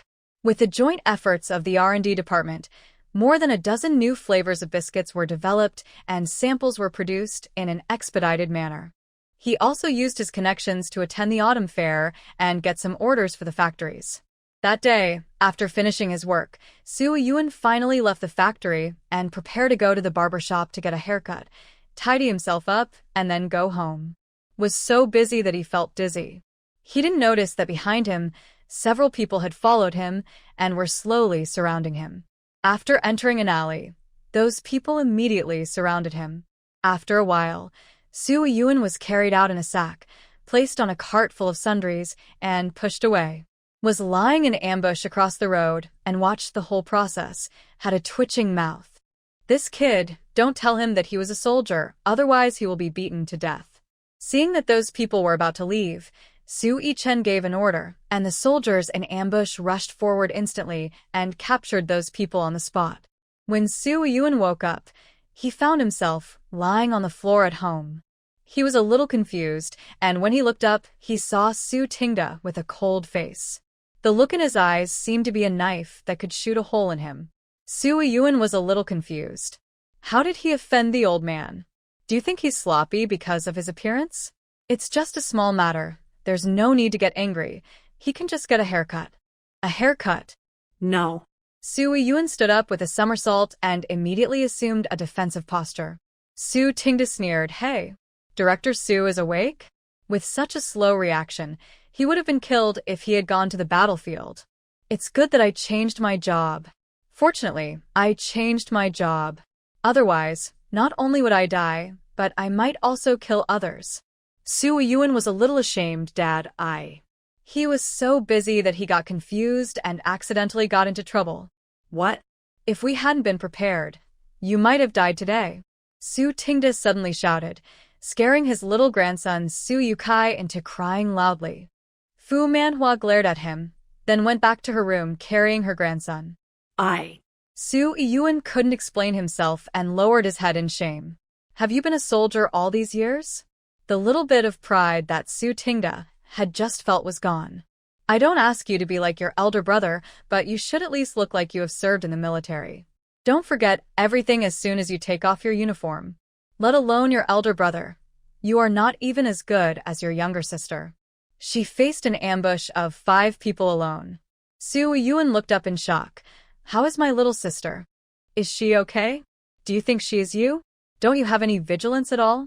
Not only did she escape unscathed, she also knocked the man unconscious and sent him to the police station. Su Yun breathed a sigh of relief. That's good. Seeing him like that, Su Tingda didn't know what to say for a moment. He felt a breath stuck in his heart, and he snorted angrily, then slammed the door and went back to the study. After Su Tingda left, Su Yichen went over and patted Su Yun on the shoulder, saying, "No matter how busy you are, you must always be vigilant. The situation in our family doesn't allow you to relax right now. You really should learn from Xiaoma in this regard. That girl's alertness is really high. She can detect something wrong at the slightest clue." Yes, I understand. Su Yun sat down somewhat dejectedly. Seeing his brother like that, Su Yichen felt sorry for him, but he didn't say anything else. He had lived too smoothly these years, and he must learn from this. In the past few years, there have been many hidden arrows to deal with the Su family. If he is careless again, he may really lose his life next time. Su Tingda did not tell Su Mo and the others about the news that Su Yun almost got into trouble. It was Su Yun who told them when he met Su Mo and talked to her about it when he came to the autumn fair with the trading group. After Su Mo heard this, She was also afraid. Although those people might not kill him immediately, they would certainly torture him and force him to confess. They might even kill him to silence him if they didn't get a satisfactory answer from his uncle. Su Mo also gave Su Yuan some instructions, and Su Yuan responded one by one. Su Mo could feel that after this incident, Su Yuan seemed to be much more stable. At the autumn fair, Su Mo met Su Jing again, with a middle-aged man beside him. "Kayla, we meet again." Su Jing still smiled very gentlemanly, and then introduced the middle-aged man next to Su Mo. "This is my uncle, Lucas Su." After saying that, he winked at Su Mo. Su Mo understood and reached out to shake hands with Su Tingbang. "Hello, Mr. Lucas, welcome back." Su Tingbang looked at Su Mo with a look of scrutiny. Su Mo didn't like her very much. She felt like she was looking at a commodity. Su Jing still asked Su Mo to take them to visit the exhibits. During the visit, the disgust on Su Tingbang's face was almost overflowing. Condescendingly, criticizing all the way, and speaking very harshly. Although other foreign businessmen also disliked him, he spoke in a foreign language and most of the salesmen of those manufacturers could not understand him. But Su Tingbang spoke Mandarin, which everyone could understand. If he hadn't been a foreign businessman, he would have been beaten to death. Su Jing was extremely embarrassed, and Su Mo was also speechless. As expected, every family has one or two bad apples. Kira, sorry. My uncle is just like that. He only dares to act tough in front of family members. Sukinga palagais to suemo. He could more or less guess what the purpose of Su Tingbang's coming was. Su Mo nodded to show that she understood. She should be a grandson in front of foreigners and an uncle in front of Chinese people. After Su Tingbang finished complaining, he started to bargain again, as if domestic products were free. Seeing that Su Mo and the other salesmen's faces were getting darker and darker, Su Jing forcefully dragged Su Tingbang away. After leaving the exhibition hall, Su Jing finally let go of Su Tingbang's hand and asked with a smile, "Uncle, why are you doing this?" After leaving the exhibition hall, Su Tingbang returned to normal and said, "You don't understand. Domestic prices are low, and the prices of these things can be lowered." "Really?" Su Jing still had a gentle and elegant smile on his face, but there was a dangerous light flashing in his eyes. Su Tingbang had a fake smile on his face. He just came here to vent his anger and cause trouble, so what? This kid is already favored by the old man. If he can establish good relations with the country, and if he can return to the country to do business one day, won't the world belong to this kid? He is the eldest son, so he should be the successor. How could he pass the throne to a kid instead of the elders? After returning to the hotel room, Su Tingbang poured himself a glass of wine and sat comfortably on the sofa. "Ah Jing, don't worry too much. If we don't reach an agreement today, we can talk again in 2 days. The country is short of money. As long as it doesn't kill their parents, they can tolerate any harsh words." Su Jing sneered, "Uncle, have you been there for too long and forgotten that we are also Chinese?" Su Tingbang's eyes flashed with hatred. "When we went abroad, you were still young. You didn't know that we were driven out like dogs that had lost their homes." Su Jing didn't say anything. "Ah Jing, although what my uncle said was a little unpleasant, I have my reasons. I lowered the price to vent my anger for our Su family. You are still young. You don't understand. Our Su family gave so much in the past, and you see what happened to us? In ancient times, if you supported the emperor to ascend the throne, you would be rewarded with the title of Follow the Dragon. Now that the emperor is in power, you just abandon him. Humph. Only your uncle is stupid." Su Jing smiled and said, "Uncle, don't use your narrow-mindedness to judge my uncle's vision. You are a follower of the dragon, but he is not. When he was a child, he often heard Su Zhongqing talk about Su Zhongli, and he admired this great uncle very much.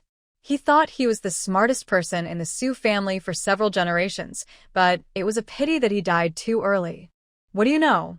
Su Jing curled his lips and said nothing more. In the eyes of his uncle, there was only profit. He didn't even have family affection, let alone great love.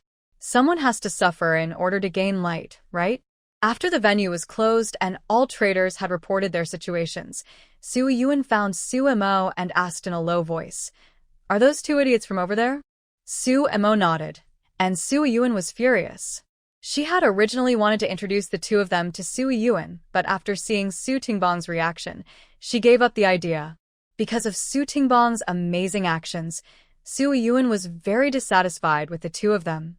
He felt that he was unlucky to have the same ancestor as them. "Tell me, how could such a person appear in our Su family? He has forgotten his roots and doesn't know what it means. After eating foreign food for a few years, he has forgotten where his roots are. He is a typical ungrateful person." Seeing Su Yun so angry, Su Mo patted him on the back and comforted him. "Don't be angry. You'll get used to it when you see him more often." Su Mo has participated in several trade fairs and has seen Chinese businessmen like this. It is really annoying to see them act so arrogant in front of their compatriots. Your job is really not suitable for those who are not good at cultivating their qi. Otherwise, you will probably be angry to death within 2 years. Fearing that Su Tingbang might cause trouble, Su Jing did not go to the exhibition hall for several days, but instead took him to visit the sites in Guangzhou. Otherwise, he would offend everyone and they would probably be blacklisted by the authorities and would never be able to enter the country again. One day, Su Jing asked a friend to hold Su Tingbang back, and he went to the exhibition hall with his things to find Su Mo. "Kira, I'm leaving Guangzhou in 2 days. You told me before that you wanted some foreign marketing magazines and books. I brought a few for you. I hope they will be helpful to you. I think the manufacturers I worked with last time are all good, and I will continue to cooperate with them. As for new products, I can only come back next time when I have the chance." Su Mo didn't expect Su Jing to bring her a book. "Thank you, Mr. Lewis." Su Mo took the books. There were 5 or 6 of them. Su Mo glanced at them briefly, and when she saw the prominent interview title in a magazine, she looked at Su Jing with some surprise. Su Jing smiled slightly. "I hope I can help you." The last time he came back, in addition to doing business, he also inquired about the situation in the country. Combined with the information he found out when his father came back last time, he had some guesses. He found these books with a purpose, but he had no idea whether they could be of any help. After Su Jing left, Su Mo took the book and went to find Yu Wenbin. These traders have to hand in all the items they receive from foreign businessmen for inspection, and only after they are confirmed to be in good condition will they be given the items personally. This book is very important. If she hands it in, it might be confiscated. If such an important thing is to be passed on, Yu Wenbin is probably the only one who can do it. Su Tingda had told her before that if she had any important matters, she could go to Yu Wenbin. Yu Wenbin secretly replaced the book, then secretly took it out of the exhibition hall and gave it to the relevant person. After reading it, the translator broke out in a cold sweat, and seeing his expression, his heart sank even more. "Translate truthfully, and do not conceal anything." The translator was torn between himself and others, but he finally translated it truthfully. Someone had to tell the leader the truth.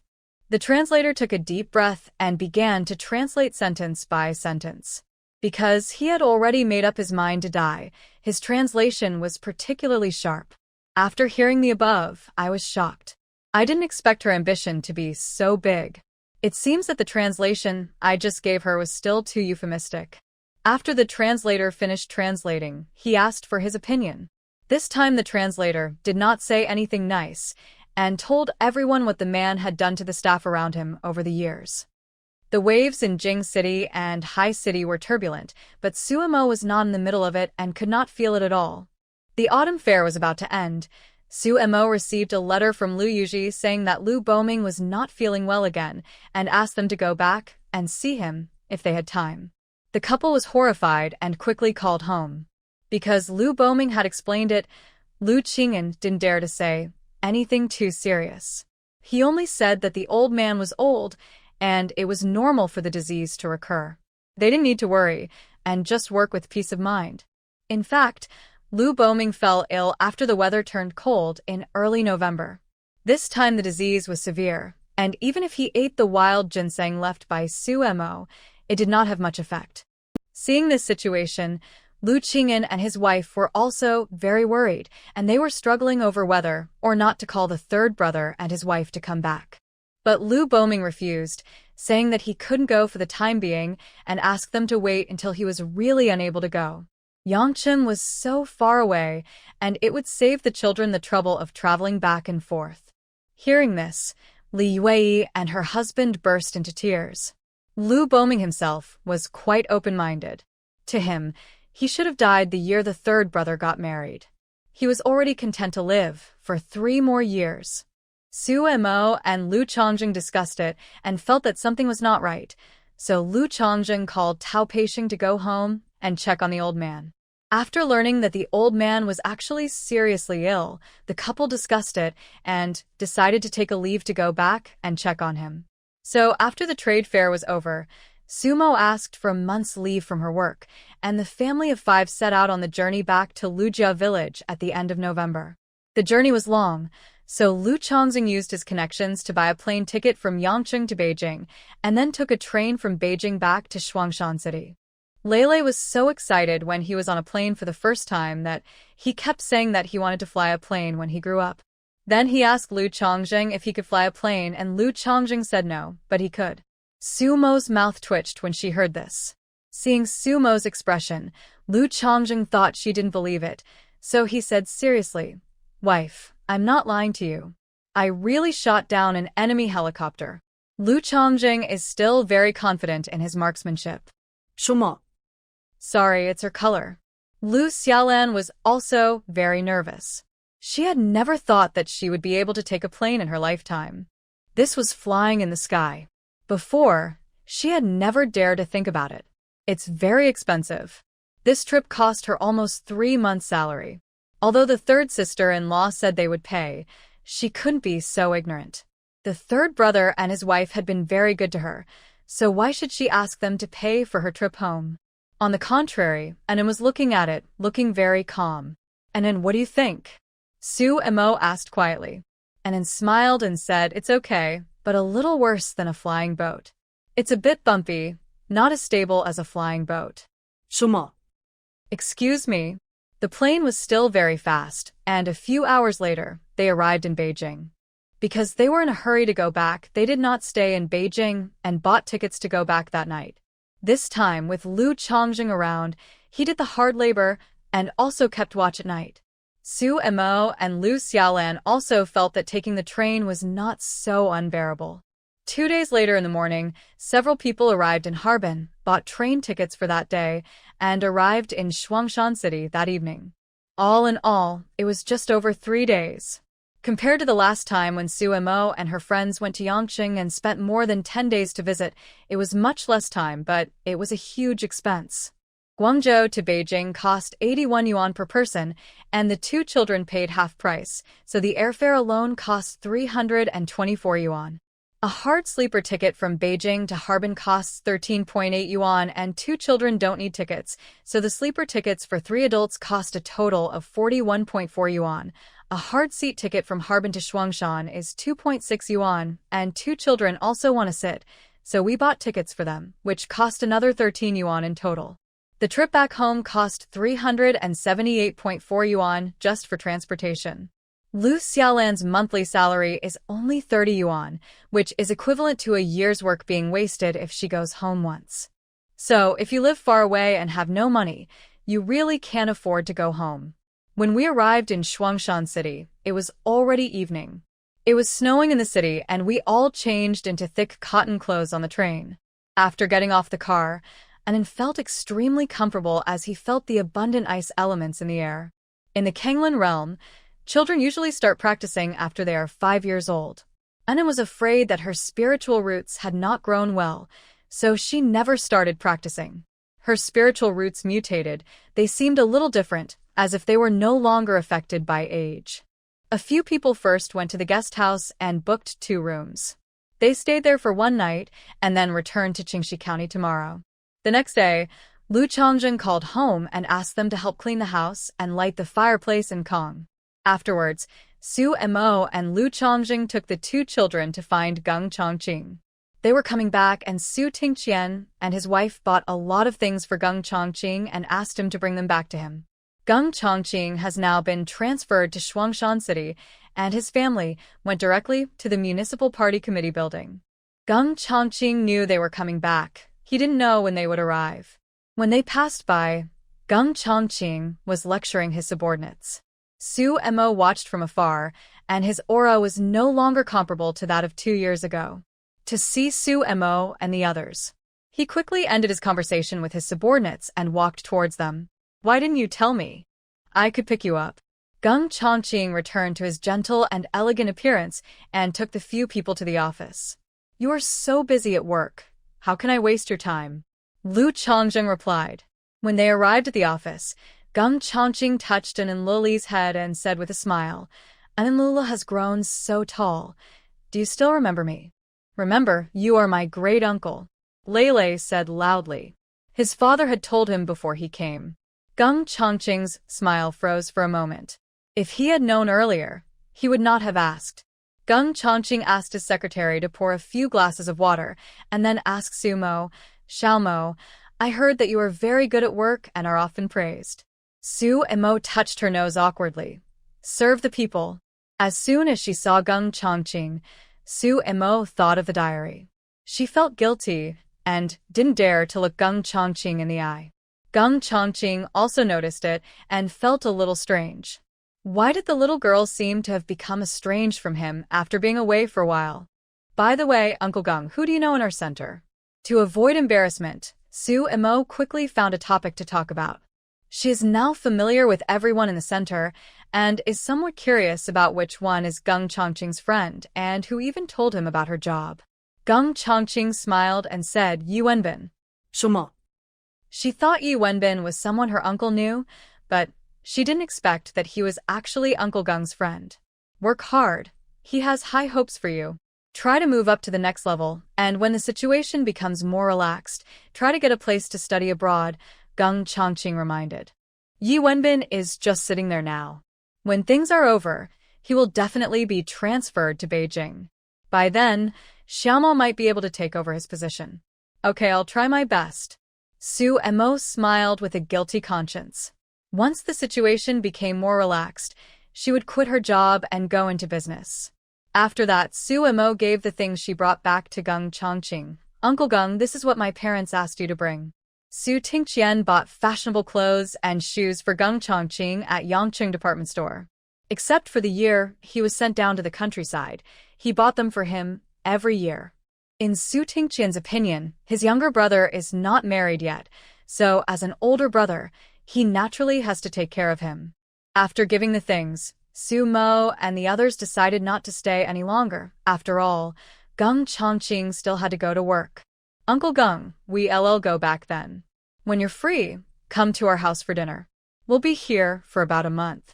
Okay, I'll go over in a few days. It was inconvenient to talk in the office, so he didn't stay. Shall I send a car to take you back? No need. The troops have a supply truck going back. We can just take the army's vehicle. Lu Chongzheng said. Geng Chongqing had just been transferred here not long ago, so he wanted to avoid any gossip. Lu Chongzheng spoke a few more words to Geng Chongqing, and the family of 4 returned to the guest house. On the way back, Lu Chongzheng suddenly asked Su Mo, Wife, what happened between you and Secretary Geng? Su Mo's heart skipped a beat. Ah? What happened? I feel like you're not the same as before when facing Secretary Geng. It doesn't seem natural. Ah? Really?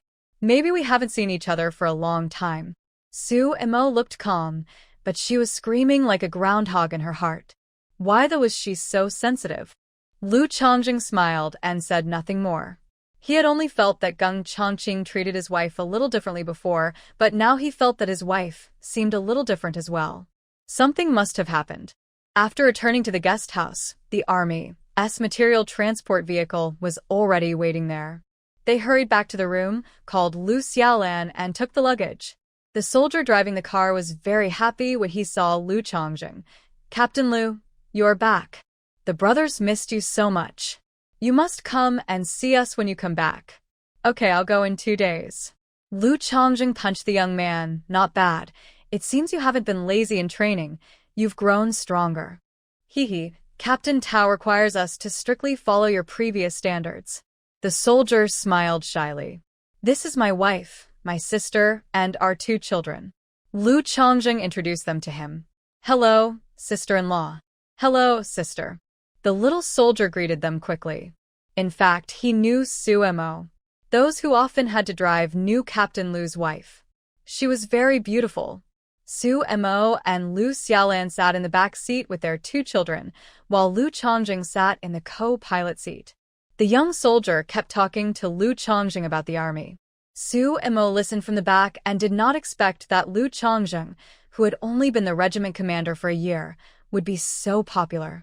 Due to the confidentiality of his work, Lu Chongjing seldom talked about work at home, and Suemo actually knew very little about his work in the army.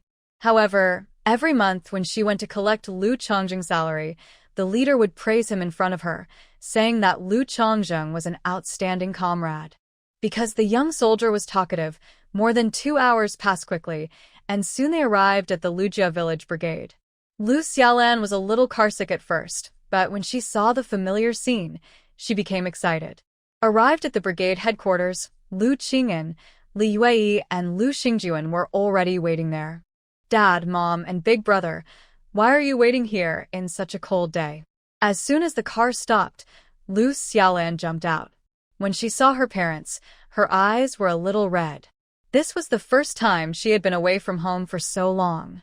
It was fine when she was in Guangzhou, but now that she was home, she couldn't control her emotions.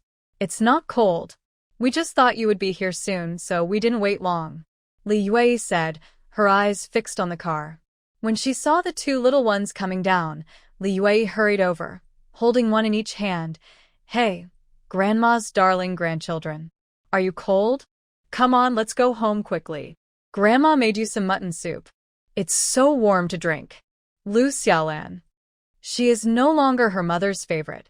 Grandma, I miss you so much. Lele, the little smart boy, immediately coaxed her. Lele, you're not cold in the car, but it's cold outside.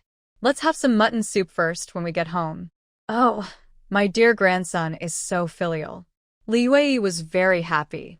After coaxing Li Yue, the 2 little ones started calling them Grandpa, Grandma, and Uncle again, and were very sweet-mouthed. Lu Xingjuan looked at the 2 little ones and sighed. What smart kids they were. No wonder they caught the leader's eye. After Lu Xingjuan responded, he went over to help carry the luggage down from the car. The young soldier who was driving the car had a time limit for transporting things, so Lu Chongjing did not keep him for dinner. He just gave him a few instructions and let him go back.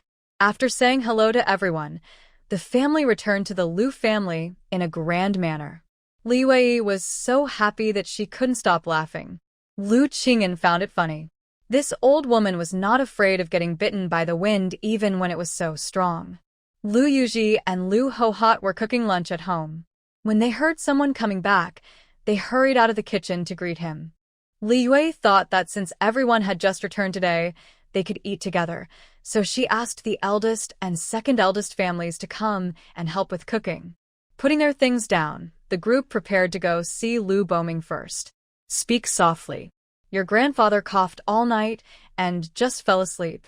Lu Qing'an reminded before entering the room. Everyone walked lightly when entering the room. Lu Boming was sleeping on the Kong at this time. He had lost a lot of weight compared to when Suemo and the others left.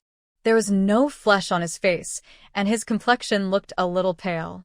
Lu Chongzeng and Lu Xiaolan's hearts sank immediately. This situation looked very bad. Suemo was also unsure. Although the old man looked unwell, he was actually more energetic than when she met him before marriage. But this was after he ate wild ginseng. She would have to ask him for details later. Lu Boming was sleeping. After everyone saw him, they did not disturb him and quietly went out. After returning to the living room, Lu Chongzeng asked, "What happened? You were fine before. Why did you suddenly fall ill?" The phone call was expensive, so many things were not explained in detail over the phone. Lu Qing'an sighed and gave a brief account of what happened. It turned out that in early November, a few children were playing and fell into the river accidentally. Lu Boming happened to pass by and rushed to rescue them. But he only had one hand, and although he saved everyone, he himself choked on a lot of water.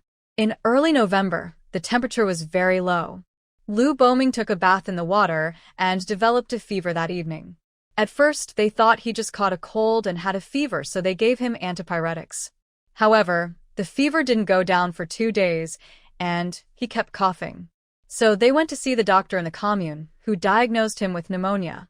After that, my illness got worse and worse and never got better until now. Why wasn't he sent to the hospital? Lu Chongjing frowned. Your grandfather wouldn't allow me to do that, so I asked a doctor from the commune clinic to come and give me Infor for a few days. Didn't you give me the food Xiaoma gave me before she left? I gave it, but only a small section, and the effect is not great. Lu Qing'an sighed. Su Mo and Lu Chongjing looked at each other in shock. She had clearly given him a hole, which took 2 months to induce labor. It was even bigger than the first one she gave him. I can only wait for Lu Boming to wake up and then ask him about the situation. It was almost 12 o'clock when 5 children came back from school. As soon as they entered the yard, they started shouting, Uncle San, Aunt San, Auntie, brother, sister. After not seeing each other for more than a year, the children have grown a lot taller. Lu Xiaolan quickly took out the candy and said with a smile, You naughty monkeys, hurry up and line up. It's time to give out candy. Lu Xiaolan also watched these nephews and nieces grow up, and she loves them very much. The children lined up with laughter, and Lele also pulled and to join in the fun. Seeing that someone had returned, Li Wei immediately asked for dinner. The meal was quite rich, including mutton soup, chicken stewed with mushrooms and vermicelli, braised fish, stir-fried cabbage and bean sprouts, and the staple food was homemade noodles. Get off the bus and have dumplings or noodles. Since my third brother's wife is not around, we don't have the ability to grow vegetables in the winter. We can only grow some bean sprouts and make do with them. Lu Yuji said with a smile. Since Lu Yuji got a job and saw the world, she has become more and more like an elder sister-in-law and has managed the household well in the past 2 years. Sister-in-law, you're so polite to our family. Bean sprouts are good things. Lu Xiaolan replied with a smile. Yes, sister-in-law, I haven't eaten bean sprouts for a long time. The bean sprouts are only delicious if they are grown from the beans here. The bean sprouts from the south are not as sweet. Then you can take some with you and distribute them yourself when the time comes. Okay, then I won't be polite to you, sister-in-law. The whole family was having a lively meal.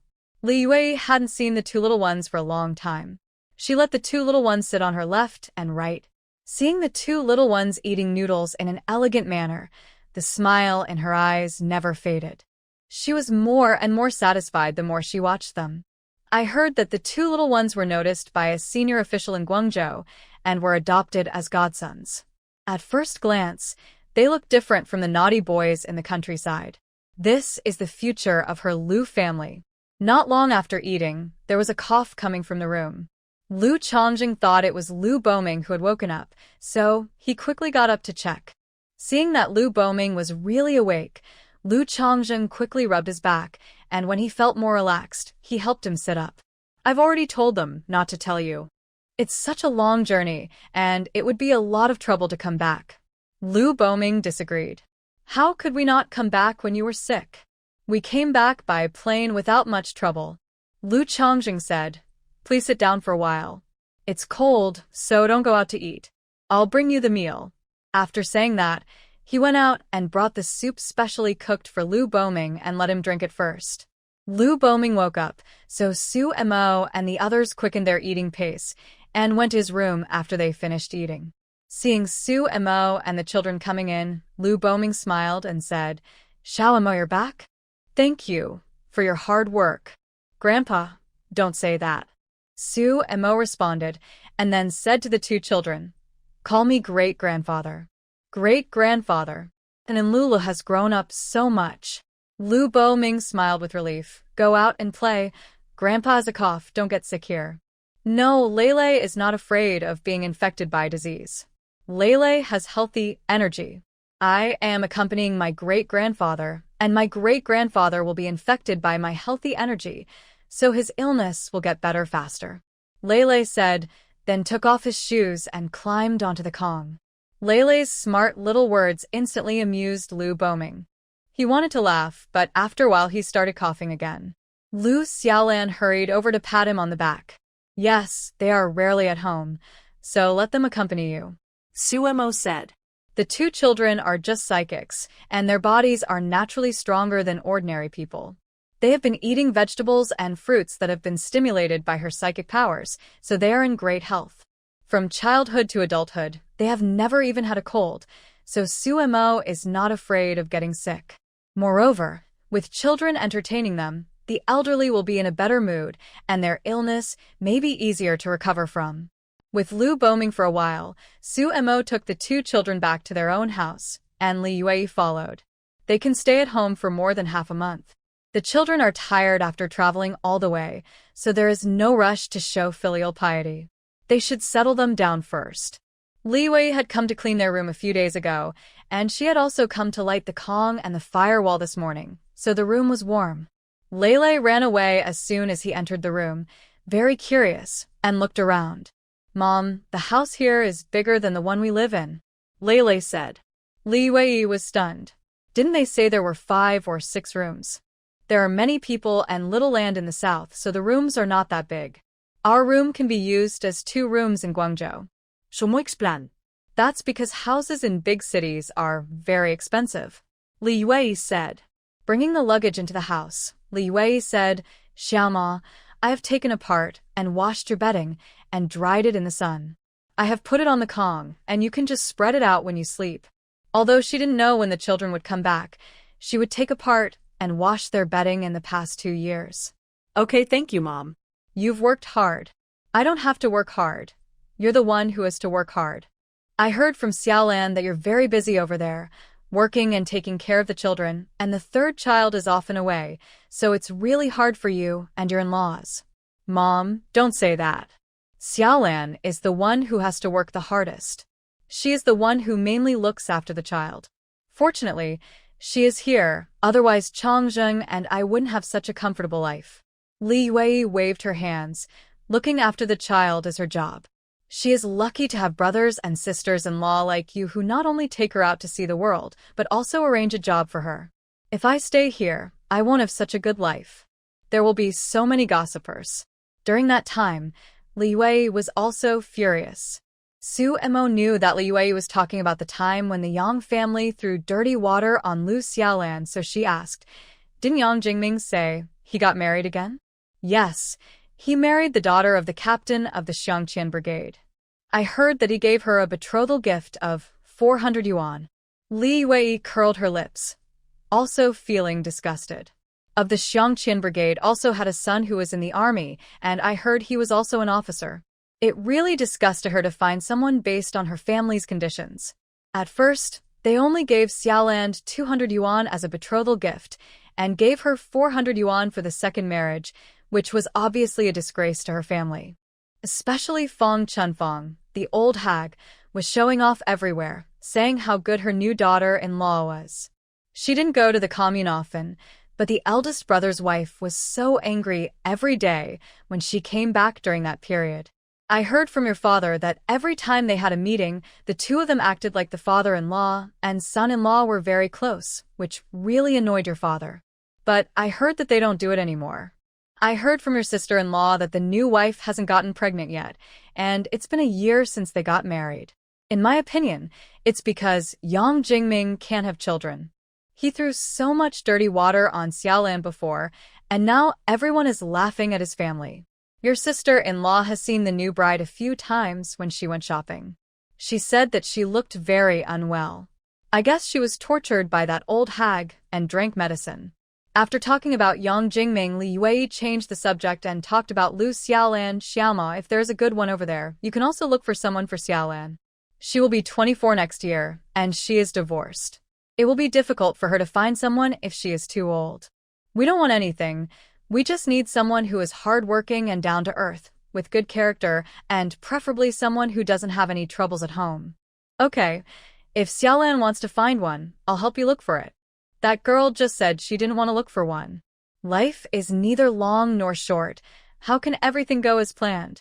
If you don't want to look for one when you are young, it will be difficult to look for one when you are old. She's over there. I can't see her either, so I'm sorry for your concern. Liu sighed. Okay. Su Mo could only nod in agreement. After putting the clothes in the cupboard, Su Mo went to boil water and prepared to give the two children a bath and let them go to bed. They had been on the road for the past few days, and the hostel was very cold last night, so the two children did not sleep well. After a while, Lu Chongjing also came over. Li Wei wanted to help Su Mo wash the two children, but when she saw Lu Chongjing coming, she went back. The children must be tired after running around for a few days. She would come over after they had rested. Su Mo and Lu Chongjing each washed one child, and soon finished bathing the two little ones and put them on the Kong. Su Mo coaxed the children to sleep, mainly Lele, while Lu Chongjing washed clothes for the two children. After the two little ones fell asleep, Su Mo came out and asked Lu Chongjing, "Did you ask me?" I asked. Lu Chongjing also sighed.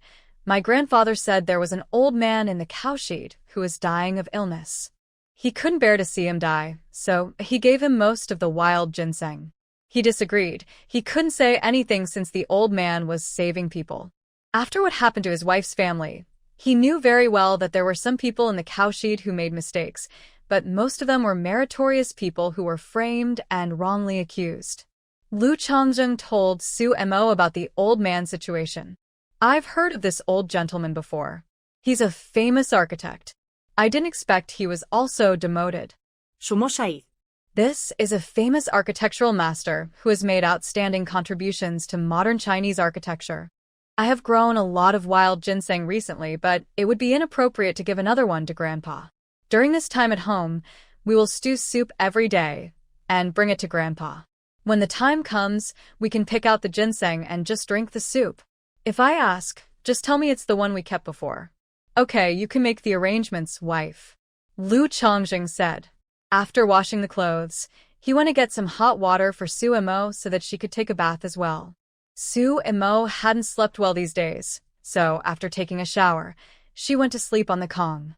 There were children at home, and firewood was scarce. Seeing that there was not much firewood at home, Lu Chongjing went up the mountain to find Lu Guoping after washing his clothes, hoping to get some firewood and see if he could hunt some game. At around 3 o'clock, Su Mo heard a noise in the room, so she got up and went out and saw Lu Yuji and Lu Xiaolan coming over. The two little ones were still sleeping, so Su Mo led them to the west room. The Kong there was also heated, so it was just as warm. Lu Yuji brought some pine nuts and chestnuts, and the three of them ate and chatted about family matters. As they were talking, they talked about Zhao Jiuxiang's family. Don't tell me, Lu Fubao looked weak before, but now he is quite capable. Now he is the boss of that family, and he has made Zhao Jiuxiang and Lao Shirtu obey him completely. He has started visiting his sisters' homes again. But he didn't ask Zhao Jiuxiang to go, so he went alone. Everyone said that good bamboo shoots have grown out of bad bamboos. How can Zhao Jiuxiang be so obedient? Lu Xiaolan wondered, as Zhao Jiuxiang was known for causing trouble. Of course not. At first she made a scene. After you left, she came home and caused a fuss with your second sister-in-law. I was at work that day and missed it, but I heard from Dayu that Lu Fubao came over and got really angry, saying if she continued to make trouble, he would move out and cut ties with Zhao Jiuxiang. What Zhao Jiuxiang cares about most is her son, so she backed down immediately. Last year, old Shirtu went up the mountain to gather firewood and broke his leg. The family relied on Lu Fubao to support them, so Zhao Jiuxiang dared not cause any more trouble. The second family is also a soft-hearted one, Lu Yuji said, frustrated. Zhao Jiuxiang never treated her like a daughter. She only acted tough for less than 2 years. After Zhao Jiuxiang showed a little kindness and cried a few times, I heard from Guodong that now she secretly gives her mother money every month. If it were me, I wouldn't care anymore and would act like that mother doesn't exist, Lu Yuji scoffed. Just as she was about to say more, they heard Lu Hohat's voice from the yard. Lu Yuji was startled. It's really not good to talk about people behind their backs. She wasn't sure if Lu Hohat had heard them. Lu Hohat had come over with Li Yue, who brought some food and cooking supplies. Previously, when Su Mo went to Yangcheng, she had given the remaining food and daily necessities to the three elderly people. Now that they were back, they needed to cook, so Li Yue prepared some supplies. Su Mo quickly got out of bed to take the things and put them away, then the five of them chatted together on the Kong in the West Room. When Su Mo and Lu Xiaolan wrote letters, they would mention things about Yangcheng and sometimes send back photos. Li Yue and the others had become very interested in Yangcheng. This time they returned, so they asked them to share stories, as letters couldn't express everything as well as speaking. Lu Xiaolan was also good at speaking and immediately started sharing. You wouldn't believe it, when I saw those tall buildings, I was stunned. I counted, and there were actually 27 floors, and the walls were so white. Lu Xiaolan said, gesturing animatedly. Those aren't painted walls. They're tiled. Su Mo corrected her. Oh, right, tiles. The tiles are really white. When they get dirty, just wipe them with a cloth, and they look brand new. They're really nice, Lu Xiaolan explained what tiles were. There are so many foreigners in Yangcheng. When I saw them for the first time, I didn't even dare to look. Those foreigners have all sorts of hair colors. Some are blonde, some are red, and some are brown. They all look very fair, with blue eyes and sharp noses. There are so many vehicles on the roads in Yangcheng, with trams and three-wheeled carts. There's a tram every half hour, unlike here, where there's only one a day. There are also a lot of bicycles. At the place where my sister-in-law used to work, there was even a traffic jam. She sent me photos of it. We brought the photos back, sister-in-law, show them to everyone. Su Mo had a camera, and when the family went out, she would take some photos and brought them back this time. Hearing Lu Xiaolan mention it, Su Mo went to get them and passed them around. Lu Yuji and Lu Hohat were amazed and envious when they saw the large number of bicycles in the photos, feeling a strong desire to visit. Their brigade was one of the top in Hongqi Commune, and the entire brigade had fewer than 10 bicycles. The photos showed thousands of bicycles, and the people looked quite well dressed. No wonder everyone wanted to move to the city. Li Wei was more interested in the lifestyle photos. When she saw a picture of Su Tingqian and Mo Yurong holding two little ones, she asked, Xiao Mo, are these your in-laws? Yes, these are my parents. They look really good. You can tell they're educated people, Li Wei praised. Uncle Su and Anna Mo are really nice. Whenever they have time, they come to help and often buy things for me, Lu Xiaolan added.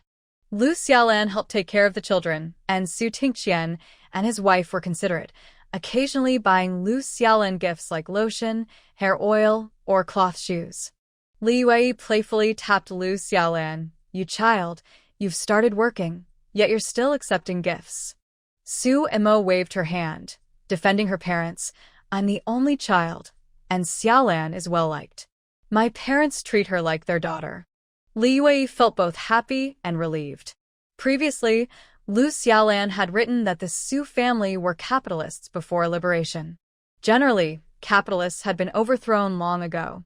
The fact that the Su family still had their current status indicated they were not ordinary. Li Wei wasn't completely ignorant. She had attended a private school. She understood that in the past, families like that wouldn't have mingled with theirs due to class differences. She felt uncertain, as she hadn't interacted with her in-laws before and worried they might look down on them. But now, it seemed the Su family was quite good. Using the photos, Lu Xiaolan introduced them to more about Yangcheng, then mentioned flying. Lu Xiaolan described it enthusiastically, making Lu Yuji envious. I want to try flying someday, Lu Yuji said. Big sister, you probably wouldn't want to spend the money, Lu Xiaolan laughed. It's over 4 hours from Yangcheng to Beijing, and the ticket costs 81 yuan. What? So expensive? Did you spend hundreds on this trip? Li Wei exclaimed. She didn't realize it would cost so much, or she wouldn't have let them come back. Mom, money can be earned again. We haven't been back for almost 2 years. We had to come and see, Su Mo said. Oh, dear, that's too much money. Is the train expensive too? How much is it? To Yangcheng, the train costs about 40 yuan, Lu Xiaolan said, as she had taken the train once and knew the fare. Then when you go back, take the train, Li Yue said. Though she wanted the kids to stay longer, she was worried about the money.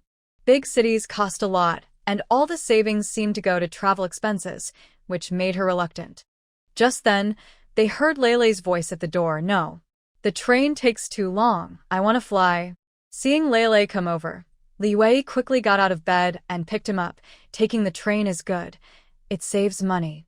Flying costs too much. Lele waved his hands. I want to fly. Daddy will earn money. When Lele grows up, Lele will earn money too. Lu Xiaolan laughed, saying, Mom, the train ride takes a long time. When I went with sister-in-law, we were on the train for almost 10 days. I almost went crazy. On the train, the smell is unbearable. It smells like stinky feet. Each carriage has a toilet, and the smell is something I can't even describe. Try staying in the toilet for a few days, and you'll know. Li Yue was annoyed and slapped Lu Xiaolan lightly. You girl, you've only been to the city for a few days, and you've become so spoiled? What's wrong with taking the train? So many people want to ride, but can't. Just sitting there without working, you don't know how many people would be happy. So what if it smells a bit? You used to eat chicken droppings when you were little. Mom, don't say that. Li Yue's words made Lu Xiaolan feel nauseous, as if she could taste the chicken droppings in her mouth. Lu Xiaolan's expression made everyone laugh, and Lele giggled too. Auntie, how could you eat chicken droppings? Lele made a funny face, making Lu Xiaolan tickle him, and the two of them started playfully wrestling. With this commotion, they stopped discussing the train and shifted to talking about the brigade's matters. Mom, a couple of days ago, I heard Daquan's wife say that Aunt Suehua seems to be dying. Lu Xiaolan was shocked and quickly asked, what happened to her? They say she has something growing in her belly and has been bleeding. She went to the county hospital and they said it couldn't be treated, so they sent her to the hospital in Harbin. A couple of months ago, Lu Xing took her to Harbin, and when he came back, he was in tears, saying there was no hope. Half a month ago, Mom asked me to send a piece of meat to her. I went to take a look, and she had become skin and bones. It doesn't look like she has much time left. Although Li Yue didn't get along with Li Suehua, their husbands were both brigade leaders, so they still had to maintain some formalities. People really shouldn't take things for granted. Li Suehua has been strong all her life. Who would have thought she would get such a disease in her old age? Li Yue sighed. She and Li Suehua had been rivals for a lifetime, and now that Lele woke up because he drank a lot of water at night and needed to pee. He sat up, rubbed his eyes, and called out, Mom, I need to go potty. The couple was startled. Su Mo quickly rushed over and hurriedly put away the pear tree, but Lele still saw it. Lele rubbed his eyes several times, a bit confused. Mom, I just saw a tree here with fruit on it. It looked like pears. Su Mo chuckled and said, No, you just woke up and are seeing things. Come on, hurry, and go potty. After that, you can sleep. Lu Chongjing quickly brought over the potty for Lele. Once he finished, Su Mo held him and lay down to help him sleep. Mom, I really saw it, Lele insisted. He didn't want to sleep and was sure he wasn't mistaken. After training with Commander Su for half a year, he felt confident. But Mom has been here and didn't see anything. You must have made a mistake, Su Mo said as Lu Chongjing returned with the potty. She asked him, Dad, did you see it? I didn't see anything either, Lu Chongjing replied. But Mom, didn't you say some things can only be seen by children? Sûrement. If she had known, she wouldn't have told him those myth stories. Mom, could it be the pear fairy? Knowing I like pears, did she come to see me? Lele's eyes sparkled as he imagined. Su Mo's mouth twitched. The pear fairy? Lu Chongjing looked at Su Mo in confusion. What had she been telling the kids? Why did Lele always have such strange ideas? There is no pear fairy. You made a mistake. It's the principle of light refraction. You just woke up and saw the light, so for a moment you saw green. It wasn't a tree, Su Mo started to explain, trying to confuse him. Lele thought about it, tilting his head. But why didn't I see this before? Seeing Lu Chongjing in his green military uniform, Su Mo quickly said, because Dad wasn't standing under the light before. He was just under the light now, so you made a mistake. Is that so? Lele was still a bit confused, but being young, he eventually got sleepy after Sumo's explanation and soon fell asleep. After Lele was asleep, the couple became cautious and quietly went to the West Room to pick pears. The next morning, Lele remembered what happened last night and was still puzzled. Seeing Anan also on the bed, he whispered, "Sister, I think I saw the pear fairy last night." Then he recounted the events. Anan understood right away. Sumo's special abilities were not hidden from her. Sometimes, during her training, she would let Anan help. Lele was still young, and he should know about these things. Otherwise, with his loud mouth, he might accidentally spill it one day. You saw wrong. There are no fairies in this world, and it helped cover up. Lele questioned, really? But the stories Mom tells always have fairies. You said it yourself, those are stories. What are stories? They are things from a long time ago. They might have existed then, but not now. What about the fairies? Where did they go? They were defeated and no longer exist, Anan replied. Cousin and the others just came over. You should get up quickly. You promised to tell them a story last night. Right. Lele remembered he promised Lu Guiqiang and the others, so he quickly got up and dressed. Today's kids have no TV to watch or comic books to read, so their thoughts are quite limited. Unlike Lele, who has stories told by Sumo, a TV at home, and training with Commander Su, his perspective is broader than that of many kids his age in the countryside. So, even though he is the youngest, he might know more than his cousins. After dinner last night, Lele told his cousins stories, captivating them. They agreed to come back today for more stories before they would go to sleep. Today is Sunday, so the kids don't have school. Early in the morning, Lu Fengqin brought her siblings over. Lele was still sleeping, so Sumo let them stay on the West Room bed, gave them some snacks, and handed them a few of Anan and Lele's comic books to read. When Lele woke up, he quickly found Sumo to wash up, finished breakfast, and went to the West Room. In the morning, Li Yue brought some steamed buns over. Sumo heated them up and boiled an egg for the two little ones, also mixing a cup of milk powder for breakfast. Li Yue brought a lot of things, preparing to make buns at Sumo's place. Since the kids were here and the firewall was connected to the stove, they decided to make the buns here to save firewood. While the three were preparing the filling, Lele came in and started telling stories smoothly and expressively. Li Yue, listening from the hall, became quite engrossed. Sumo smiled as she listened. This kid has a talent for storytelling. She noticed that Lele was telling a version he had adapted, making it more suitable for children. When Lele finished one story and took a break, Li Yue exclaimed, "This clever child is really something. Dia is over 10 years old, and if you ask her to speak, she wouldn't be able to say a word." "Mom, you can't compare them," Lu Xiaolan said. And An and Lele have their third sister teaching them, and Uncle Su is a university teacher, guiding them. They are naturally better than ordinary kids. Plus, Commander Su sends someone to take them for learning every other day. Kids raised like this can't be compared to those in the countryside. Who is this Commander Su? How did he become a godparent to An and Lele?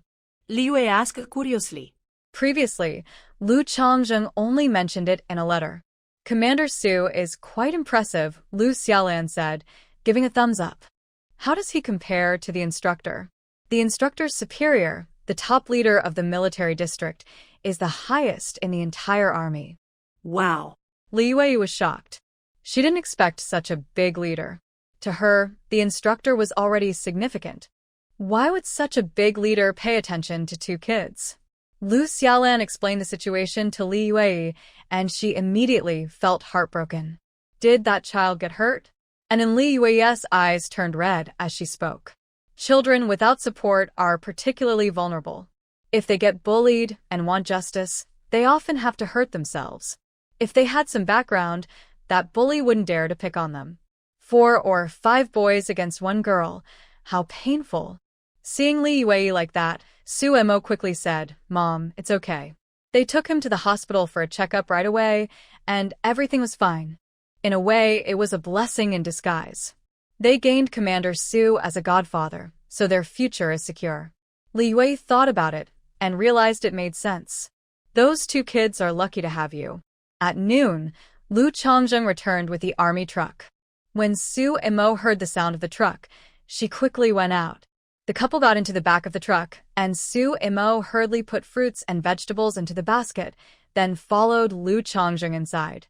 They had agreed yesterday that it was better to act early, so Lu Changzheng went to the army early today, saying he borrowed the truck to buy things, but in reality, it was just an excuse to bring things out.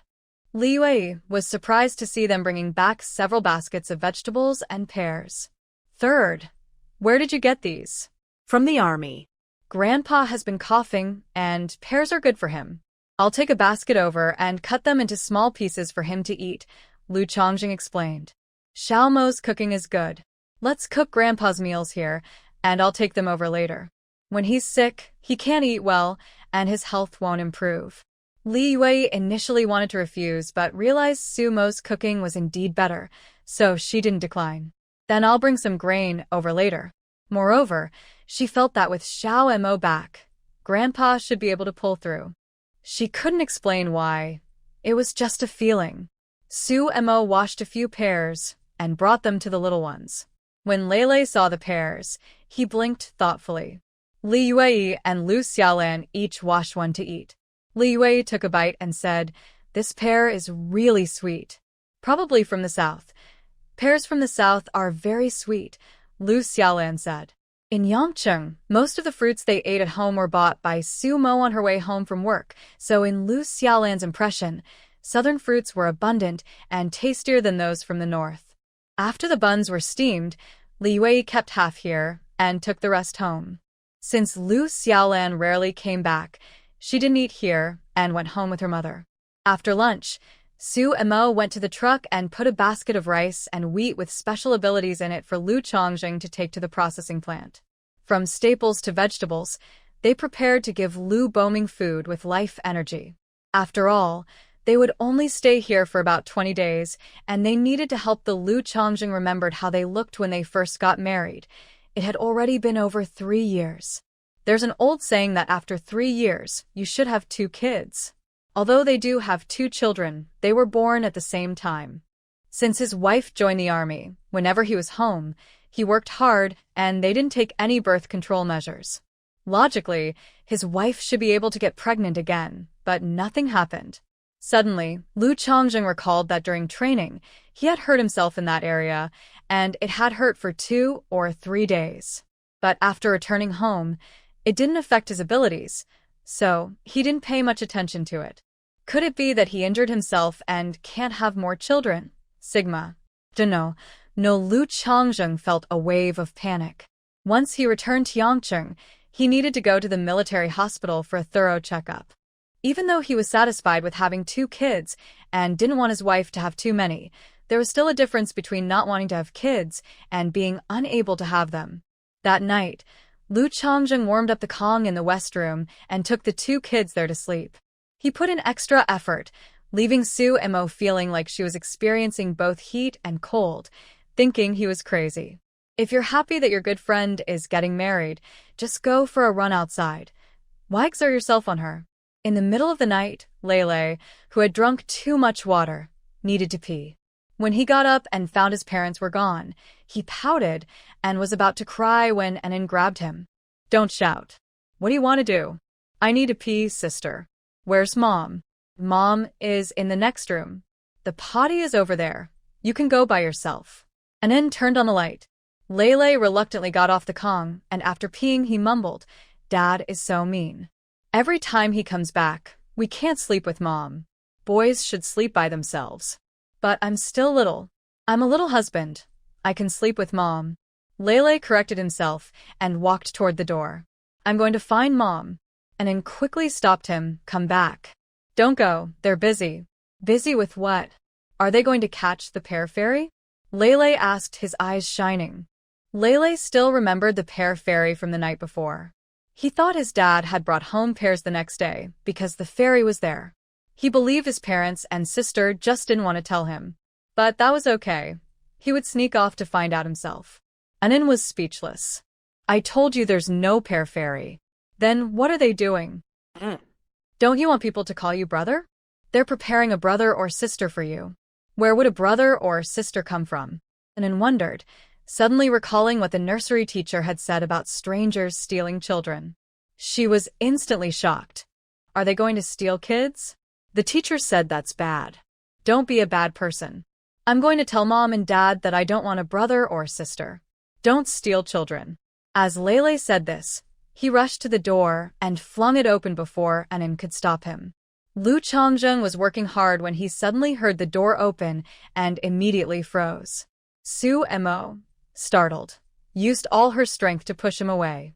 After Su Mo's powers upgraded, she was very strong. Lu Chongjung wasn't prepared and was pushed out, hitting his forehead against the wall with a thud, making him wince in pain. Was his wife trying to take away his abilities? At that moment, Lele's voice rang out at the door. Mom and Dad, I don't want a brother or sister. Don't steal children. The couple felt incredibly awkward, caught in the act by their child. Under Su Mo's glare, Lu Chongjung had no choice but to put on his pants, throw on a shirt, rub his forehead, and go see what their little ancestor was up to. When Lele saw the door open and Lu Chongjung come out, he asked, Where's Mom? Mom is asleep. What's wrong? Nothing. I came to tell you not to steal children. That's what bad people do, and they should be punished. Okay, we won't steal children, Lu Chongjung said as he squatted down to pick up Lele, planning to take him back to the west room to sleep. Once he picked him up, Lele noticed the bump on Lu Chongjung's forehead and angrily said, I told you not to steal children. Look, you got hurt. Dad didn't get hurt. It was an accident. Hurry and sleep. Look, your sister is already asleep. That's what a good child does. After Lele ran out, Anan quickly lay down on the Kong and pretended to be asleep. The fewer people who knew about this, the less awkward it would be. Seeing that Anan was already asleep, Lele was puzzled. Huh? Did sister fall asleep that quickly?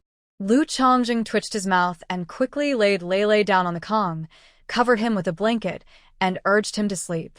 Then he turned and left, feeling like he was escaping. Kids are too smart. As they grow up, that's the only downside. On the way back, Su Tingqian mentioned to Su Mo that if she had the chance, she should visit Teacher Gu. They had been back for 8 or 9 days, so going to Li Jiao now wouldn't attract too much attention. On December 8th, Sunday, Su Mo told Li Yue that she was going to see Grass Girl and took some things with her to Li Jiao. While in Yangcheng, Su Mo had written to Li Yue, asking her to occasionally check on Grass Girl. Li Yue admired Su Mo's sense of responsibility. She knew that if it were another official, Grass Girl's life would not be as good. Meeting Su Mo was a stroke of luck for the girl. Thanks to Su Mo's request, Li Yue had visited Grass Girl from time to time over the past 2 years, feeling pity for the hardworking child. She even took apart her old cotton jacket to make Grass Girl a new jacket and shoes. So when Su Mo returned and wanted to see her, Li Yue was not surprised and gave Su Mo a pair of cotton shoes to take to Grass Girl, saying that her shoes wore out quickly from walking so far to school. Su Mo had applied for repairs to Grass Girl's house with the commune, so she was now back in her own home. When Su Mo arrived, Grass Girl was making breakfast and lunch. She had not gone to work because she had school, and the little work she did collecting pig grass only earned her a small amount of grain. Even with the food subsidies Su Mo had helped her apply for, it was barely enough to fill her stomach. When not in school, she could eat a maximum of 2 meals a day, and if she wasn't too hungry, just 1. Hearing a knock on the door startled Grass Girl. Who is it? It's me. Su Mo. Grass Girl couldn't believe it. She rushed to open the door and, seeing it was really Su Mo, shouted happily, Auntie, you're back? After shouting, her eyes turned red. Su Mo gently patted her head. It had been almost 2 years, and Grass Girl hadn't grown much. She was still very thin. Yes, I'm back to see you, Su Mo said as she entered the house, which was very cold, not much warmer than outside. Did the team not send you any firewood? Su Mo asked. They did send some. I've already lit the Kong. Auntie, let's talk on the Kong, Grass Girl replied. The team had arranged to send her firewood, but it wasn't much. With a long distance to school, She couldn't do much work after class, and the firewood she collected was limited, so she had to use it sparingly. Grass Girl was now in second grade and understood some things. She knew to be content and grateful and not to say anything that would trouble her aunt. Suemo looked into the pot and saw she was cooking sweet potato porridge, which had no greasy smell. Suemo handed her a few meat buns and a piece of wild boar meat. I brought you meat buns and meat. Save the buns for breakfast at school and keep the meat to add a few slices to your porridge each time. At least she would have some meat. Thank you, Auntie, Grass Girl said as she put the things away. Let's sit on the Kong. It's cold in here. Once they were on the Kong, Suemo asked about Grass Girl's studies. How is school? Are you going regularly? Yes, Annie, I go to school on time every day and haven't missed a day. The teacher praised me, Grass Girl quickly replied, pulling out her homework from a worn cloth bag to show Suemo. Suemo flipped through it and saw that it was indeed good, mostly marked excellent. It seemed Grass Girl had some talent and worked hard. Sumo took out the homework book and pencil she brought for her. You need to study hard. As long as you want to learn, Auntie will help you. She had helped Grass Girl apply to finish elementary school for free, and if her grades were good, she could continue to support her through middle school, high school, and even college. This is a pair of cotton shoes made by my mother. She said you wear out your shoes quickly walking so far to school. Auntie also brought you 2 packs of milk powder. You're growing, so make a cup for yourself every night. Grass Girl looked at the items, tears welling in her eyes. Auntie, I will definitely repay you in the future. In the past, she would have knelt down to thank her, but her teacher had told her to have dignity and not to kneel easily. Receiving kindness wasn't just about bowing. She needed to work hard to become strong enough to repay others. Suemo waved her hand and smiled. That's good, but you're still a child. Focus on studying for now. When you grow up and can help, then you can repay me. Grass Girl nodded vigorously. Sumo looked at the name on the homework book, Li Chunchao. Did you choose this name for yourself? Yes, the teacher said that grass is resilient and can survive even in harsh conditions. I want to be like grass. That name suits you well, Suemo said. Seeing Grass Girl this time, Suemo noticed she seemed less lost and more resilient. It made her feel proud. Do you have enough food to eat? Yes, Annie, don't worry. The team distributes grain every year, and the commune officials also bring food. That's good. Have you seen Teacher Gu and the others recently? How are they? They're all fine, but 2 new people came at the beginning of the year. Teacher Gu told me not to visit too often, Grass Girl replied. Do you want to see them, Andy? When it snows, Teacher Gu comes to help me clear the snow off the roof. This was to let Suemo know that if Teacher Gu came, no one would say anything. As a child, Grass Girl couldn't clear the snow from the roof herself. It was supposed to be arranged by the production team, but since her brother had worked for the authorities, the team was reluctant to deal with her. Team Leader Lee had assigned this task to Teacher Gu since Grass Girl had stayed in the cow shed for a while. I see your roof has a lot of snow.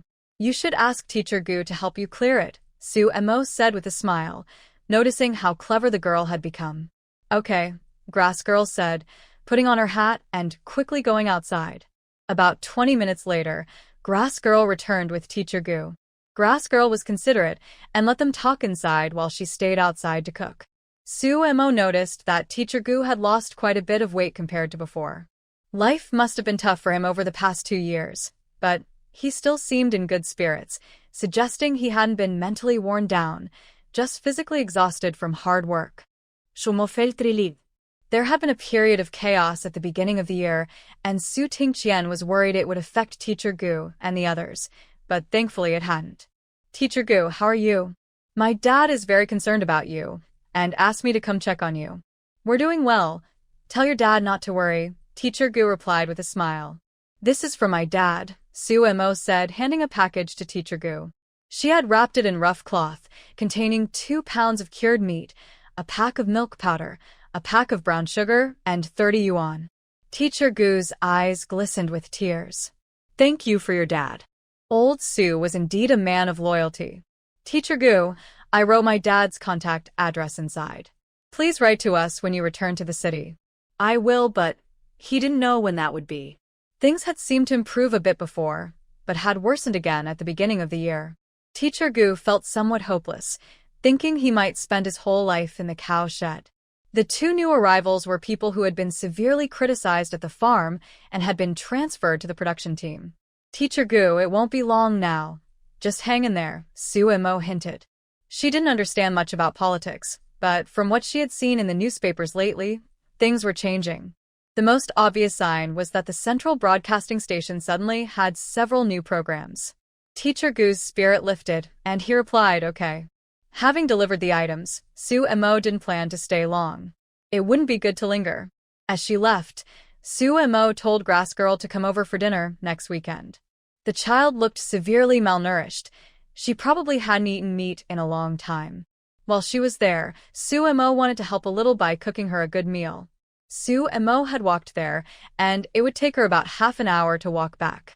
On the way, she saw a small car heading in, which she recognized as belonging to the County Revolutionary Committee. Su Mo frowned slightly, worried that something bad might happen again. When she returned to Lujia village, she saw two small cars parked near the brigade office, where many people had gathered. Su Mo hurried over to see what was happening. On the way, she ran into Lu Xiaolan, who was coming back. Third sister-in-law, you're back. Lu Xiaolan smiled and asked, Yeah. I saw a lot of people gathered at the brigade office. What happened? Lu Xiaolan quickly walked over and whispered, the City Revolutionary Committee sent two. Knowing what she did, Su Mo decided not to go to the brigade headquarters, but instead headed to the Lu family, where the two children were keeping company with Old Man Lu. After chatting with the elderly man for a while, Su Mo got ready to leave with the two little ones. Lu Chongzheng had gone ice fishing early that morning, and she wanted to check if he had caught any fish to make a stew. Just as they were about to leave the yard, a group of people approached the Lu family. Leading them were three elderly men in worn-out cotton coats, accompanied by a few officials, with Lu Qing'an following closely behind. Su Mo took the two children aside to wait until the group entered before leaving the yard. Since she was out, she decided not to return to join the crowd. After lunch, she would come back to see what was happening. However, she guessed that these people were there to thank Old Man Lu. As Su Mo had suspected, the three elderly officials were indeed there to express their gratitude to Old Man Lu. One of them was the man whom Old Man Lu had saved with a wild ginseng. These elderly officials were all in their 60s, too old to work much, and their rations were barely enough to eat. Fortunately, with Old Man Lu's help and the support of two younger workers in the cow shed, they were just managing to get by. They had heard that Old Man Lu was very ill but were afraid to visit him, worried they might cause him trouble, which made them anxious. Knowing they wouldn't have time to return soon, they decided to visit Old Man Lu before leaving. They feared that if they waited, their benefactor might no longer be around when they returned in a different capacity. Lu Qing'an led them to Old Man Lu's room. The three men saw that although Old Man Lu looked thin, he seemed to be in decent spirits, which relieved them. Old Brother Lu, we are here to say goodbye. We are going back, said Zhu, a prominent architect. I will always remember your life-saving kindness. Once I settle down, you must come to the capital, and we will meet again. He Lao, who had previously worked in the Ministry of Foreign Affairs, added, yes, Old Brother Lu, we are all in the capital. Once we are settled, we will send someone to bring you. You must come. Jiang Lao, the former secretary of the capital, also said, Old Brother Lu, take care of your health. We will be waiting for you in the capital. Sure, once you are settled, I will come to visit. Old Man Lu replied with a smile. Hurry along now. Don't keep anyone waiting. Congratulations, you have finally seen the light after the clouds parted. Old Brother Lu, if it weren't for you, we wouldn't have reached this day, Zhu said. Old Man Lu waved his hand. I was just following my conscience. You don't need to keep thanking me. It's mainly thanks to the support from the children. When Old Man Lu had brought food to them, he had mentioned that it was provided by his three grandsons and their wives. Old Brother Lu, please convey our thanks, Jiang Lao said.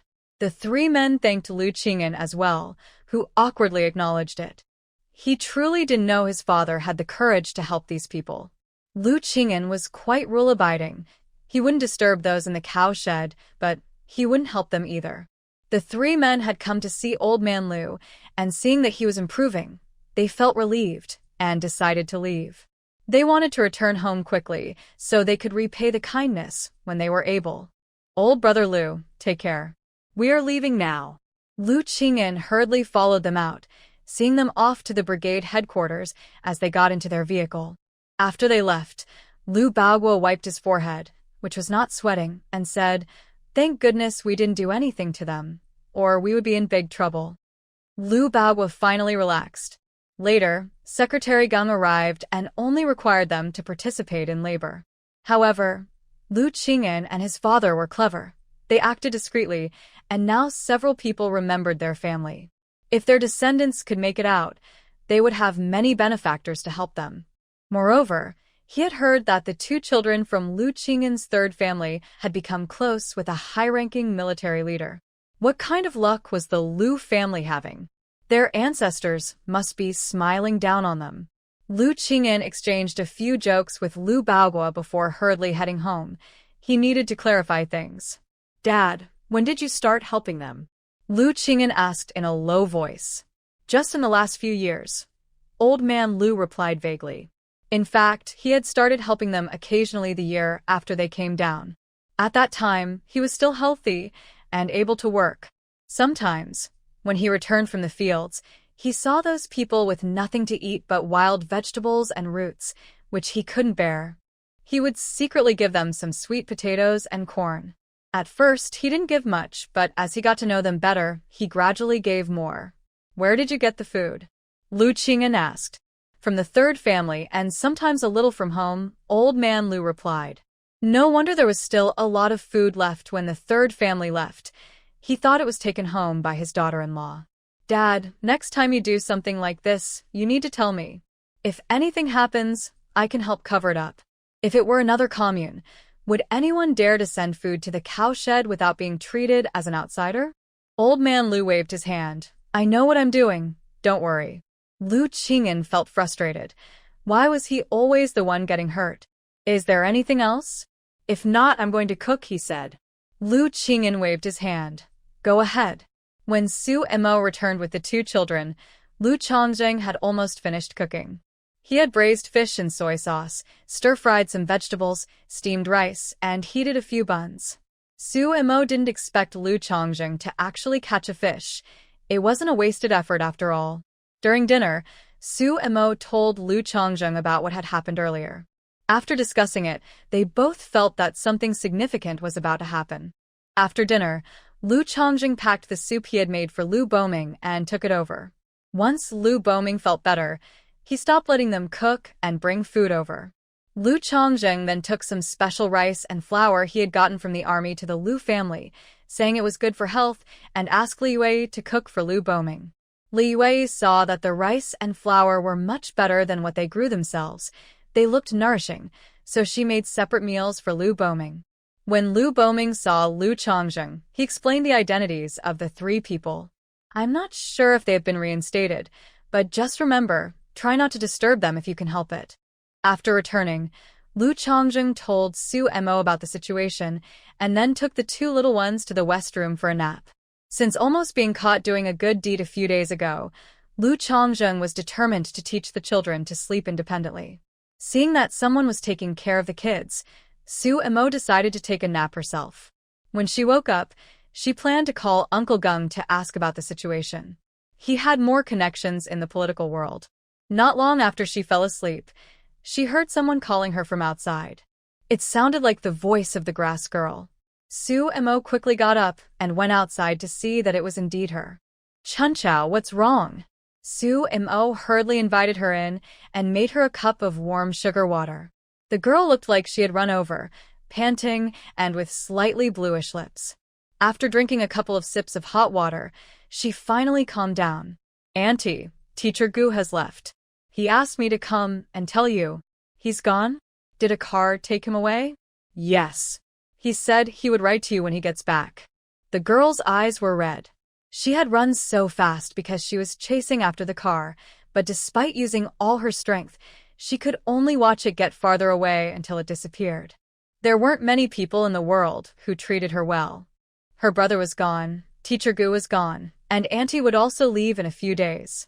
Would she ever see them again? Auntie, will I be able to see Teacher Gu and the others again? As she spoke, tears fell. Yes, you will. Teacher Gu has gone back to the capital. You should study hard and get into a university there. Then you will be able to see Teacher Gu again. Okay, I will study hard. The girl nodded vigorously. Although she tried to appear strong, she was still a child under 10. After holding back for a while, she started to cry. Auntie, I'm scared. She was afraid that once they all left, she would go back to a life of being beaten and not having enough to eat. Sumo's eyes also turned red. She gently patted the girl's head and said, "Don't be afraid. I will have Grandma Lee take care of you. If you need anything, just go find her." Now, everywhere required an introduction letter. Since the grass girl was not a relative, Sumo couldn't take her to Yangqing. The military family compound wasn't a place just anyone could enter. After crying for a while, the girl's emotions stabilized. "Auntie, I can read now. Can I write to you?" "Of course." Sumo got up, took out a notebook, wrote down the address in Yangqing, and gave her 2 sheets of writing paper, 10 envelopes, and 10 stamps. "Once you write the letter, put it in the envelope, stick 2 stamps on it, and just take it to the post office." Sumo taught her, and then gave her 5 yuan. "Keep this 5 yuan. If you run out of stamps, you can buy more at the post office." The girl quickly waved her hand. "Auntie, you don't need to give me money. I have some. My brother left me over 10 yuan and Teacher Gu just gave me 10 more. All right then. If you run out of money, just write to me, and I'll send you more." Since she had money, Sumo decided not to give her any more to avoid it being taken. Lele had been playing wild at home these days and had completely abandoned his nap habits from preschool. Hearing someone crying inside, he struggled to come out. Lu Chongqing couldn't refuse him and had to let him go. Lele opened the door and asked, "Mom, who is this sister? Why is she crying?" The grass girl looked up and saw a very delicate and pretty little boy, dressed in nice clothes, with skin as white as snow. This must be Auntie's child. He was the most beautiful one she had ever seen. Sumo called Lele over. "Lele, this is Sister Chunchao. Her uncle has gone home, and she is sad, so she is crying. Chunchao, this is my son, Lele." "Hello, little brother." Lele took a candy from his pocket and handed it to Chunchao. "Sister, don't cry. I'll give you candy." Chunchao quickly reached out to take it. She didn't expect this beautiful little brother to not mind her and even give her candy. Chuansao's hands were red, swollen, and bruised, with many cracks, contrasting sharply with Lele's soft, white hands. This scene tugged at Sumo's heart. This child, without parents, had such a hard life. Sumo turned around and brought out 2 boxes of clam oil. "Chunchao, take this clam oil and apply it to your hands and face before bed." When Chunchao took the candy, she also saw the contrast between her hands and Lele's, and she felt a bit inferior. "Sister, take it. If you apply it to your hands, they will become white and won't hurt anymore," Lele said kindly. Third brother's hands were also red and swollen, and it hurt and itched when he slept. "Thank you, Auntie." "Thank you, little brother." Chunchao gratefully accepted it. Being Annie's child was truly wonderful. "Lele, play with sister for a while. Mom will go make her a bowl of noodles." Sumo asked Lele to keep Chunchao company and got up to start a fire. The girl had run all the way over, and after seeing the little bit of sweet potato porridge she had made in the morning, she must be very hungry. Sumo first fried 2 eggs until golden, then added water for the soup base, cutting in some luncheon meat. Once the water boiled, she added a handful of noodles and finally a small handful of vegetables. Chunchao smelled the aroma and was already very hungry. Once she started eating, tears streamed down her face. She had never eaten anything so delicious, not even when her brother was around. If only Auntie could stay forever. After finishing her noodles, the girl quickly left. She didn't dare to stay longer. Her aunt's home was too warm, and the food was too delicious. She feared that if she lingered a bit more, she wouldn't want to leave. She must work hard in her studies to live a life like her aunts in the future. Mom, why did my sister cry while eating noodles? Is the noodles not tasty? Lele asked, puzzled. Sue Emo sighed, understanding the girl's feelings. This child had received very little kindness throughout her life. She probably had never had such a bowl of noodles before. Today, with Teacher Gu leaving, her emotions were already fragile, and eating something so good made her break down. No, the noodles are delicious. She cried because they were too good, Sue Emo explained. Ah, why? Shouldn't good food make you smile? Because her parents passed away when she was very young. She has had a hard life and has never eaten anything this good. Lele was confused. Is noodles really that special? He eats them every couple of days. Seeing Lele's reaction, Sue Emo explained, Lele, many people in our country still struggle to have enough to eat. There are many like that sister who have only eaten coarse grains like sweet potatoes and corn since childhood. Noodles and rice like that are only eaten during the New Year. How sad. I will make sure to eat noodles well in the future. Hearing that something he eats often is a luxury for others made Lele feel uneasy. I should have given her more candies earlier. Yes, Lele can give her more candies, but what about others you don't know? You don't have that many candies, right? Sue Emo took the opportunity to teach him. Mom told me before about the story teaching a man to fish, and I remember it. I remember, giving someone a fish is not as good as teaching them to fish, so they can always have fish to eat. Exactly. The reason they can't eat rice is that our country is too poor and the grain yield is low, which can't support so many people. To improve this, there are two ways. One is to make the country wealthy so we can buy food from elsewhere. The other is to improve the grain varieties to increase production. Some old predecessors are already working on improving grain varieties, but our country still has a long way to go to become wealthy. When you grow up, you must work hard to help more people become prosperous so everyone can eat rice and not go hungry. The fastest development in our country was from 2001 to 2010, which is the era for Lele and his generation. After hearing this, Lele seemed to understand a little and replied, Okay, I will work hard when I grow up, so that no one goes hungry. After explaining this to Lele, Sue Emo called Gung Chongqing. The call was answered by Fu Ming, who said Gung Chongqing was in a meeting and would come by in a couple of days. After Gung Chongqing was transferred to Shuangshan City, Fu Ming was also transferred to the city and became Gung Chongqing's secretary. 2 days later, Gung Chongqing arrived at Lujia village with 2 secretaries. He came not only to visit Sumo's family, but also to fulfill a leader's request to check on Lu Boming. That leader knew Elder Jiang, and those people returned to Beijing by plane that same day. After learning from Elder Jiang that Lu Boming was ill, the leader called to ask Gung Chongqing to visit him. Lunch was eaten at the Lu family's place, and after the meal, the 3 went back to discuss matters. Gung Chongqing had already spoken with Su Tingda and Su Tingqian a few days ago. If those people truly controlled Haisher, the Su family's assets would likely be hard to hide. Su Tingqian was prepared for financial losses. After all, people are more important than money. If those people became reckless and started digging openly, no matter how well hidden, it would be discovered. The reason it could be hidden now is that those people still have a facade to maintain. Although their true intentions are exposed privately, they dare not act too wildly in public and can only search secretly. This is a critical moment, and Gung Chongqing was particularly busy. After finishing his tasks, he hurried back to Shuangshan City. After Gung Chongqing left, Sue Emo began to think. If things continue this way, those people might fall from power sooner than expected, and other events might also progress faster. It was time for her to start preparing. The next day, Ma Xiaojun came to find Sue Emo, asking her to accompany her to buy her dowry. She and Hao Peisheng had just gotten their marriage certificate a couple of days ago and planned to have a simple celebration with 2 tables at the army on the 15th. Ma Xiaojun rode her bicycle, taking Sue Emo to the county supply and marketing cooperative. As soon as they entered, Sister Lu was still the most enthusiastic.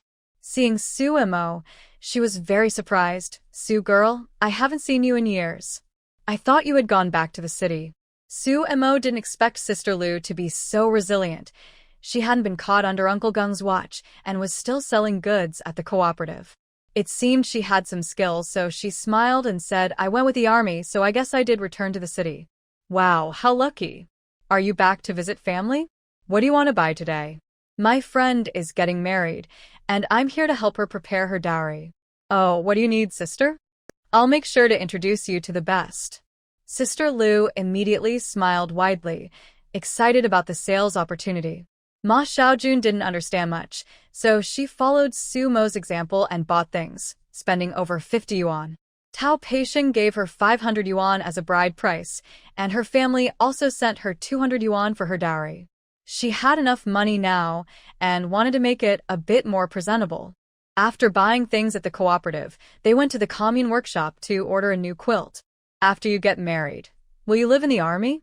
Su Mo asked. "No, I'll still live in the youth point in my own house. It's more convenient for classes, and I'll go to the army on weekends," Ma Xiaojun replied. Tao Peixing took in the mother of his comrade to take care of her, living in the house assigned to him by the army. If she lived there, she would have to get along with others, which made her uncomfortable.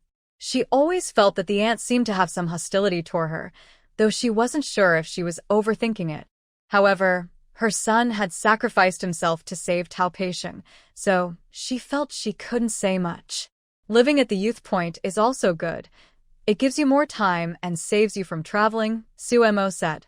Now those who were sent down are starting to be rehabilitated, and I suspect the college entrance examination might be restored. Really? Ma Xiaojun was surprised. "I'm not sure. It's just my guess. But we've graduated for so many years. Can we still take the exam? They should give opportunities. I think if you have time, you should start preparing. If the exam does happen, you won't be caught off guard. Even if you can't take it, the knowledge is yours and learning won't be a waste." "That makes sense. I'll ask my mom to send me my old books." On the 15th, 2 cars from the army arrived to pick up the bride. Su Mo, as a guest from the bride's side, went with Jiang Yu to send Ma Xiaojun off. After the new year, they would return to Harbin for a formal wedding banquet, so neither set of parents came. At the youth point, Ma Xiaojun only invited a few close friends, while the brigade secretary and captain were invited from the team. Everyone took the army's car to the banquet. The family area for the station troops was built below the mine, separated from the military camp. Because it was remote, there weren't many families accompanying the troops, only about 10 to 20 households. Tao Peixing was given a traditional Northeast-style 3-room house, similar in layout to Lu Chongjing's, but not as nicely decorated. It was a half-brick house. There were 2 bedrooms, one for Zhao Chuan's mother and one for Tao Peixing. Su Mo and Jiang Yu first accompanied Ma Xiaojun to her new home, while Lu Chongzheng and Lu Qing'an took the 2 children to the team. They set up 4 tables for the banquet, but the house was too small, so Tao Peixing borrowed a corner of the army's cafeteria. Su Mo had heard Lu Chongjing mention Zhao Chuan before and knew that Zhao Chuan's mother was brought over by Tao Peixing to be taken care of. Su Mo respected the families of martyrs. When Su Mo and the others arrived, Aunt Zhao was in the living room cooking, wearing an old gray-black cotton coat. Her hair was gray, her back slightly hunched, and she looked thin and worn from hard work. Seeing Su Mo and the others, Aunt Zhao smiled and said, "Xiaojun is here. Come in and sit down. I'll get you some water." She spoke with a strong Guizhou dialect. Jiang Yu looked confused, but Su Mo had watched many videos in her past life and could understand some of it since Guizhou dialect is somewhat similar to Sichuan dialect. "Auntie, you don't need to fuss. We can help ourselves," Su Mo said. "Oh my, this girl is really beautiful," Aunt Zhao exclaimed, holding Su Mo's hand. "Are you Lu's wife?" "Yes, Shumo replied. "That's wonderful," Aunt Zhao said, pulling Su Mo to sit on a stool, eager to chat. Su Mo felt a bit awkward. Aunt Zhao seemed much more enthusiastic towards her than towards Ma Xiaojun. Moreover, today was Tao Peixing's wedding day, and Aunt Zhao's clothes looked too worn. Tao Peixing had brought her here to be cared for. Surely, he could buy her a new cotton coat. It was hard to tell if the old lady was just used to being frugal or if she had other thoughts. "Auntie, let's talk later. I need to help Xiaojun set up her wedding gifts, Su Mo said with a smile, as Ma Xiaojun's gifts had already been moved to the new house. Right, you go ahead. I steamed some buns for Xiaojun. They will be ready soon. You can eat a little later, Aunt Zhao said, returning to the stove. Su Mo hurried into the new house with Jiangyu to help Ma Xiaojun arrange her wedding gifts. They mainly spread out the big red wedding quilt, arranged the enamel basin and thermos with the wedding symbols, and added some red dates and peanuts. There wasn't much to do, and they finished quickly. Afterward, Jiangyu whispered to Ma Xiaojun, "Why does Auntie seem a bit cold towards you?" After all, Aunt Zhao is just the mother of Tao Peixing's comrade. She shouldn't act like a mother-in-law, right? I don't know. She might be sensitive, and I'm a bit too straightforward, so I might have offended her without realizing it, Ma Xiaojun replied. Su Mo frowned. If that was the case, it could lead to trouble later. Then you. Jiangyu started to say something but stopped when she saw Aunt Zhao coming in with something. Xiaojun, I steamed some buns for you. Eat a little to fill your stomach, Aunt Zhao said, but she coughed a few times and spat on the ground at the door, rubbing her foot over it. The three were stunned. After that, Aunt Zhao entered with the buns and handed one to Ma Xiaojun. Xiaojun, eat a bun. Ma Xiaojun stiffly accepted it, saying, Auntie, just put it down. We're not hungry right now. We'll eat later. A hint of disappointment flashed in Aunt Zhao's eyes as she awkwardly placed the buns on the table. This daughter-in-law of Tao's didn't seem as sincere as Tao himself, making it hard to please her. She probably felt rejected. With a daughter-in-law like this, it wouldn't be long before she was sent back home. At that moment, Su Mo felt relieved that her three elders were quite hygienic. Otherwise, daily interactions would likely lead to conflicts. Before long, Tao Peixing returned and saw Aunt Zhao busy in the living room. He said, Annie, you don't need to work so hard. Go change into your new clothes. We're heading to the cafeteria soon. Tao, I won't go. I don't want to embarrass you. Auntie, everyone respects you. Who would dare say anything? Besides, I'm your son. How can a son get married without his mother present? Auntie, please go change. We'll be leaving soon, Tao Peixing coaxed, pushing Aunt Zhao into her room to change. Then he entered the new house, and Su Mo and Jiangyu wisely stepped out to give them space to talk. Xiaojun, what happened earlier? Tao Peixing asked quietly. Nothing much. She brought in the buns, but I wasn't hungry, so I didn't eat, Ma Xiaojun replied, feeling that dating was easier than living together. Tao Peixing sighed. He knew he hadn't handled this well. When he decided to bring her here, his parents opposed it, saying it was not good for an elderly person to leave home. They suggested sending more money each month and finding someone to help care for her instead. But he thought that no one could take care of her better than he could, so he brought her over. Now that they were here, Aunt Zhao was unfamiliar with the place and the language, spending all day at home and feeling very sensitive. She was also quite pessimistic, always thinking the worst, so he had to be mindful of her feelings. He didn't mind himself, but it was a responsibility that Xiaojun shouldn't have to bear. Xiaojun, Aunt Zhao isn't a bad person. She's probably just afraid we might dislike her since she has no one here. If anything bothers you, please be patient. Just see how it goes. If it works out, great. If not, I can go to your place, or we can build another room in Lu's village, Tao Peixing suggested, feeling conflicted. Ma Xiaojun patted his hand and said, Don't worry. I'll get along well with Auntie. What else could she do? She had to respect the mother of her savior. When they were dating, Tao Peixing had explained the situation to her, and she had agreed. However, she preferred to address issues directly, while Aunt Zhao kept her feelings to herself, making interactions quite tiring. She was also raised with a lot of pampering, so asking her to please an elderly lady was indeed challenging. Thankfully, they didn't live together, otherwise, it would be troublesome. Before long, Aunt Zhao came out in a brand new floral cotton coat. This coat was sent by Tao Peixing's mother. Although she didn't agree with her son bringing someone home, now that she was here, she had to take good care of her. Tao Peixing, being a man, wasn't very attentive. He usually just gave Aunt Zhao money, and most of her clothing and necessities were arranged and sent by his mother. Seeing Su Mo and Jiang Yu in the living room, Aunt Zhao shyly smiled and asked, "Sisters, do I look good in this?" "You look great. It's festive and suits you well," Su Mo praised. "Aunt Zhao, you should wear more bright colors. It makes you look lively." "Really?" Aunt Zhao laughed happily, thinking it might be too flashy. Hearing the conversation, Ma Xiaowan and Tao Peixing also came out. Ma Xiaowan continued Su Mo's compliment, "Aunt Zhao, it really looks good. When spring comes, I'll buy some fabric and make you a couple of bright spring shirts." "No need, Xiaowan. I have enough clothes, don't waste money." Aunt Zhao smiled wider, feeling a bit less anxious. Once everything was ready, they headed to the army's dining hall. When the guests from the army saw the bride and groom, they started to create a lively atmosphere. Ma Xiaowan, with her straightforward personality, quickly blended in. Tao Peixing's subordinates were also very happy.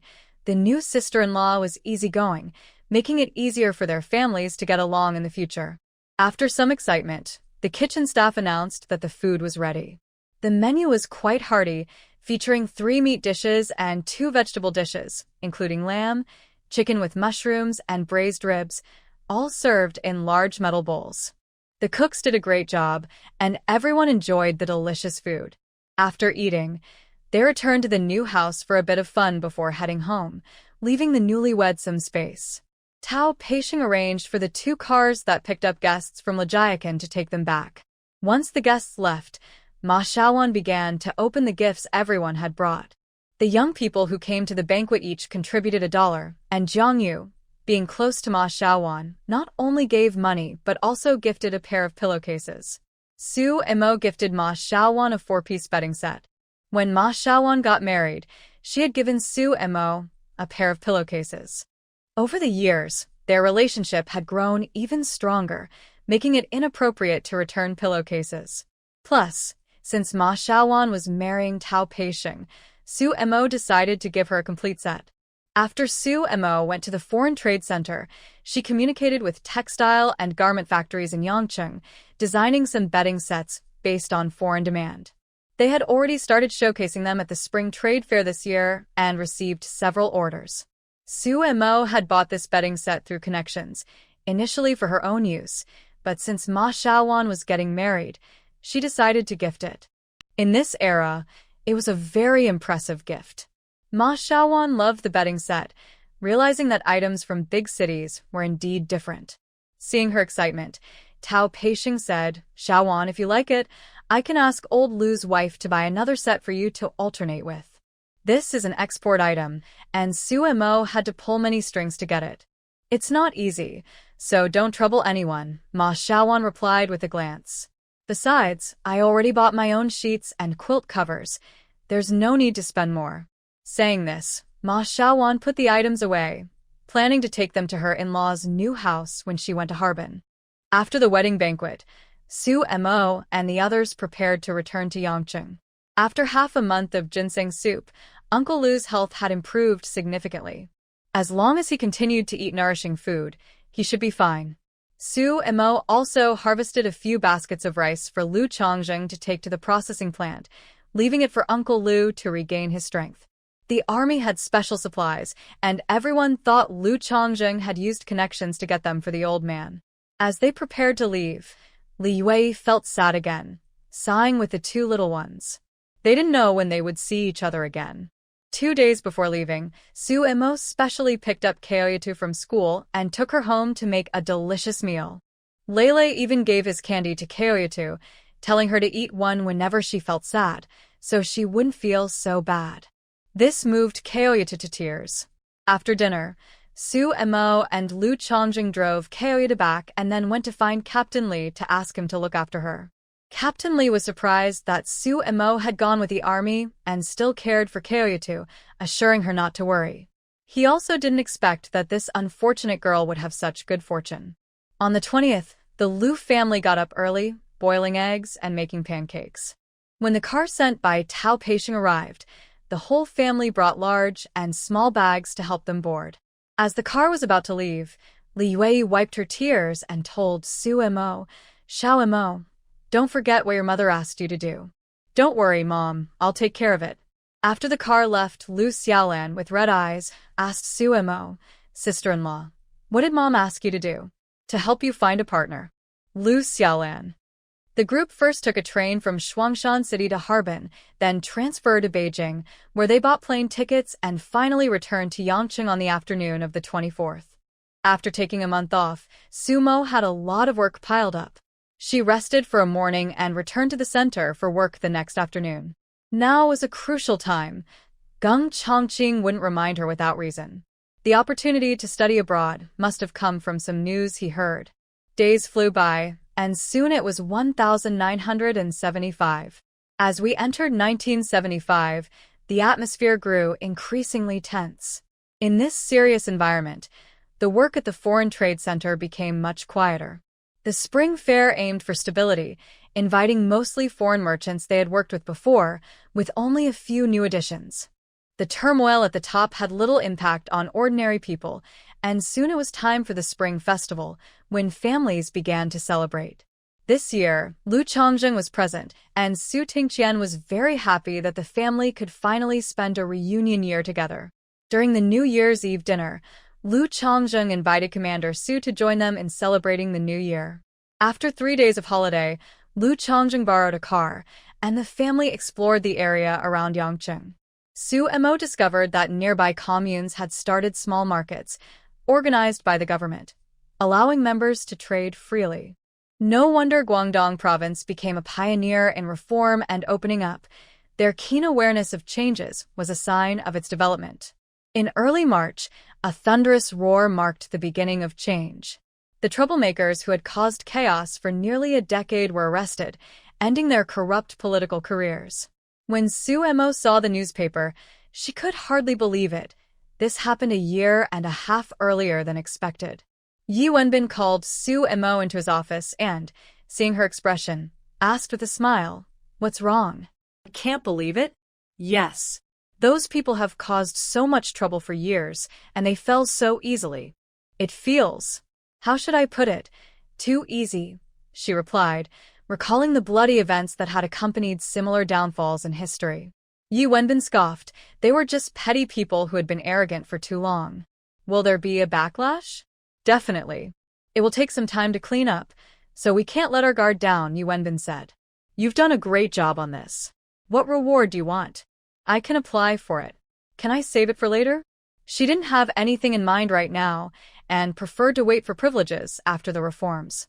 Yi Wenbin gave her a look that said, "What do you think?" Su Mo laughed. "Then let's go for a cash reward." Yi Wenbin was taken aback. Wasn't the Su family wealthy? Why did she seem so money-minded? "After this spring fair, I will be transferred to the capital. I want to give you my position. What do you think?" Yi Wenbin asked. Su Mo paused, thought for a moment and nodded. Sure, I should be fine with it. She was certainly capable of handling it. Although those people had fallen, true reform and opening up would likely take another year or two. If she took Yi Wenbin's position during this time, she could build even more connections. Historically, reform and opening up began at the end of 1978.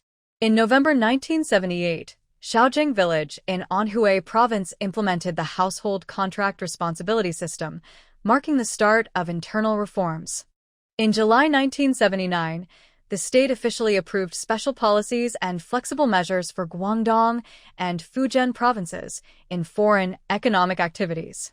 Now that the timeline had advanced, she had no idea when true reform and opening up would actually begin. Yi Wenbin also briefed Su Mo on some work matters, asking her to prepare for a meeting with certain leaders later. Since he was handing over his position, he wanted to familiarize her with relevant matters and share some resources with her. Whether for the sake of Geng Chongqing or their cooperative relationship with the Su family, he had to take good care of Su Mo. In the following period, Su Mo was busy following Yi Wenbin, taking over his connections and handling exhibition matters. By mid to late March, trade delegations from various places arrived in Yangqing. Su Yuan was eager this time. At the last autumn fair, their factory participated for the first time, but due to time constraints, their displayed samples had significant room for improvement, resulting in only a few small orders. After months of improvements, he was confident he could turn things around at this trade fair. Upon arriving at the military district guest house, Su Yun began looking for Su Mo to discuss their collaboration, thinking that together they would surely achieve great results. However, after searching everywhere and asking people at the Foreign Trade Center, he learned that Su Mo had been promoted to deputy director a few days ago and was no longer training with the trade delegations.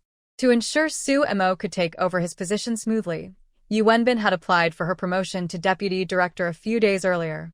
Su Mo's previous rank was level 4 with a salary of 57 yuan. After her promotion to deputy director, her rank became level 6 with a salary of 78 yuan. Once she became director, her salary could reach 90 yuan. At that time, that was considered a high salary. Su Yun was surprised by Su Mo's achievement. At such a young age, she had already become a deputy director, and he felt a sense of pride. Although he was also a factory director, to Su Yun, his food factory was just a small operation that had nearly shut down when he took over.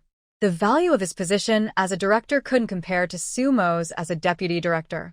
The work at the Foreign Trade Center held significant value, and Su Mo's role as deputy director was more prestigious than that of some county party secretaries in remote areas.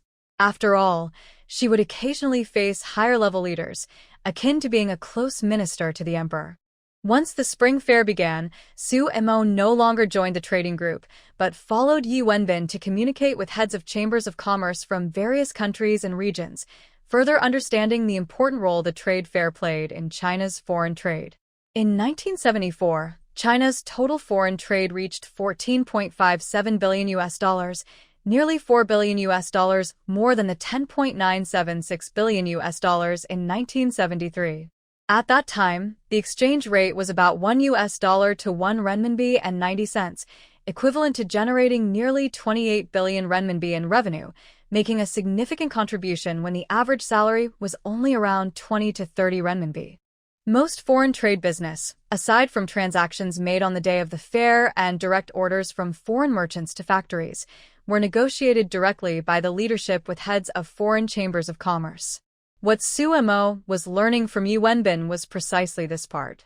Negotiations with Chamber of Commerce heads no longer involved specific categories, but were conducted directly in terms of price, often in billions. For example, if a certain country's Chamber of Commerce cooperated with us for $2 billion this year, we could offer them certain conveniences in return. These conveniences were quite appealing, such as increasing the number of foreign merchants allowed to attend the fair, internal discounts, covering domestic accommodation and transportation, priority delivery, etc. Su Mo gained a lot of insights.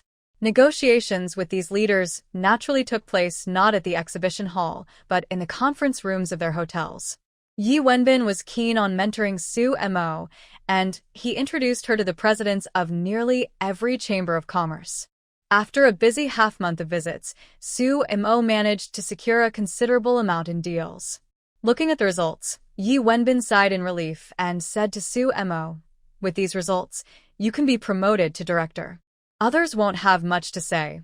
Performance is the best proof." Su Mo had only been at the Foreign Trade Center for about 2 years, while many had been working there for 7 or 8 years. Her experience was indeed a bit shallow. Pushing her up would take some effort, but now that she had this record, everything would be easier to discuss. P.S. The accelerated timeline reflects the author's hopes. While writing this novel, I researched extensively, especially the history of that decade, reading many books, including memoirs published abroad by those who suffered persecution. I truly detest those individuals.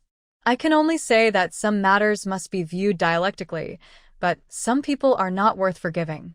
After finishing the upper-level discussions with Yi Wenbin, Su Mo finally had time to stroll around the exhibition. She heard that Su Yun's food factory had signed many orders this year, so she went to take a look. At Su Yun's booth, several foreign businessmen were gathered around him.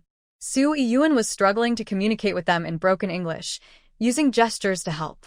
He had lived in Haishur until he was 6, and Su Tingqian had taught him some English, so he understood a little.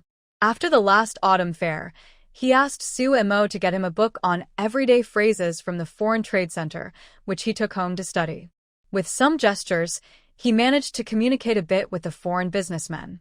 However, the foreign businessman he was talking to was from country F, and his English wasn't very good either.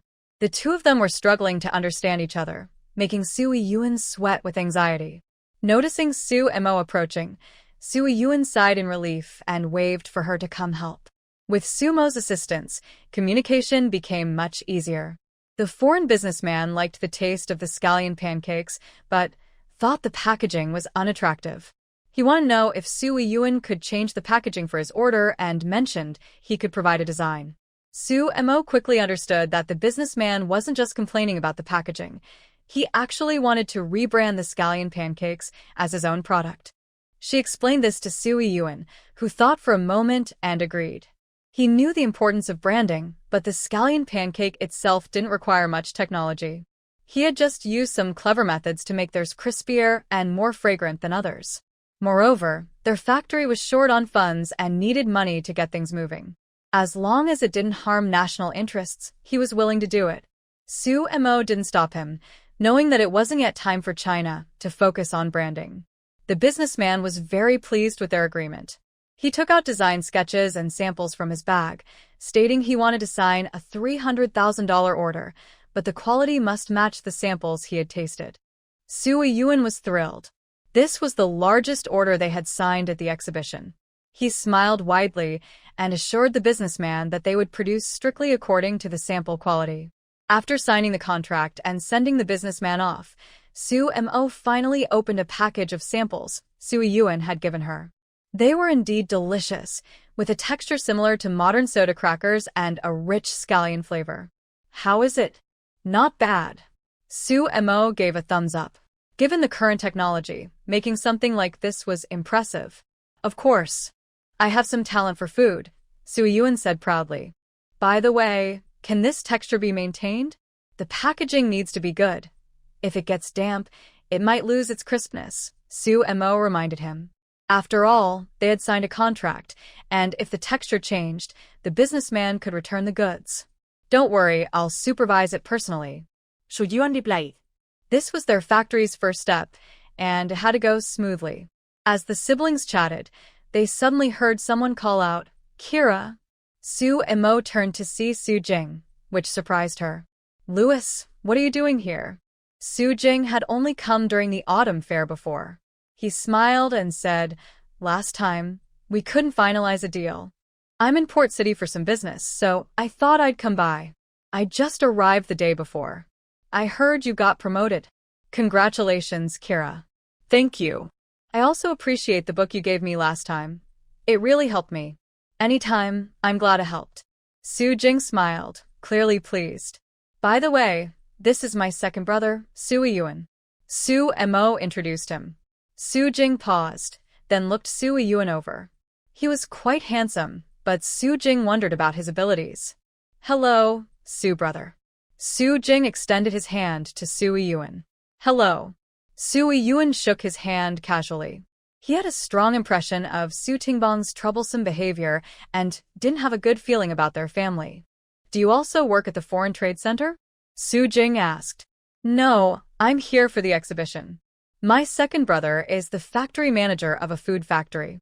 He brought new products this time, and they taste really good. Louis, you should try them. They're perfect for Chinese people," Su Mo added. "Oh." Su Jing was interested.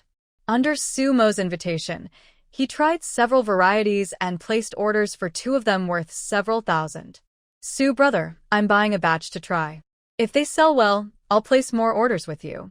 Seeing that Su Jing was easy to talk to and not like the troublesome person from before, Sui Yuen felt better about him. "Sure, I'll make sure to deliver quality products to you." "Great, I won't take up more of your time. I need to check out other places." Su Jing was in a hurry this time and had to leave by the day after tomorrow, so he wanted to see if there were other business opportunities. After Su Jing left, Sui Yuen said to Su Mo, "He seems all right. Much better than his uncle. Every family has its struggles. The children in the big uncle's family probably don't get along well," Su Mo whispered. Sui Yuen nodded, guessing it was about inheritance issues. He had heard the old man say that the big uncle took many things with him and likely did well in business over there. In the afternoon, it started to rain heavily. With the bad weather, the exhibition closed early, and people left work sooner. When Su Mo returned to the residential area, she was stopped by Wang Tsueme, who was in her yard. Su Mo, wait a minute. I need your help with something. Sure, tell me. I'll help if I can, Su Mo replied. I want to buy a TV.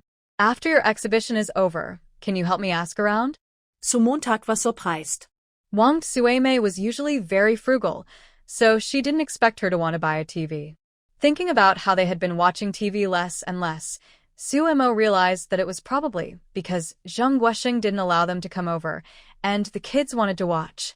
That's why she decided to buy one. It was a good time to buy, as there were more interesting TV programs now compared to before. Okay, Sister Wang, I'll help you ask. Wang Tsueme thanked her, and Su Mo waved it off as a small favor before heading home. Wang Tsueme was indeed very angry with Zheng Guosheng, which motivated her to buy the TV. She had saved up several hundred yuan by being frugal, but Zheng Guosheng suddenly wanted to send it back home, claiming his cousin needed money for his wedding and asked to borrow 200 yuan. Wang Tsueme was furious. When had she ever gotten her money back after lending to relatives?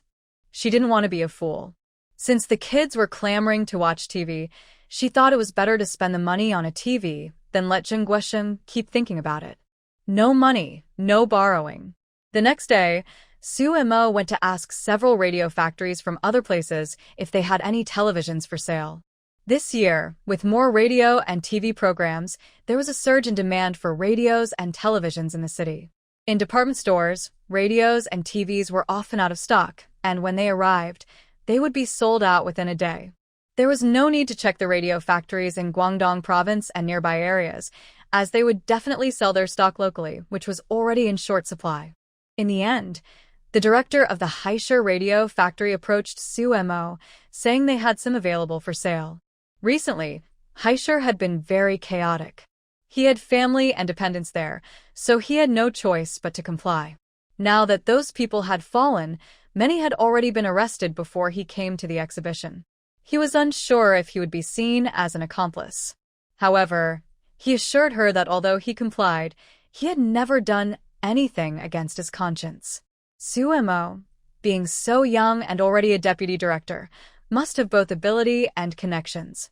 He was willing to give her a good deal, thinking it might benefit him in the future.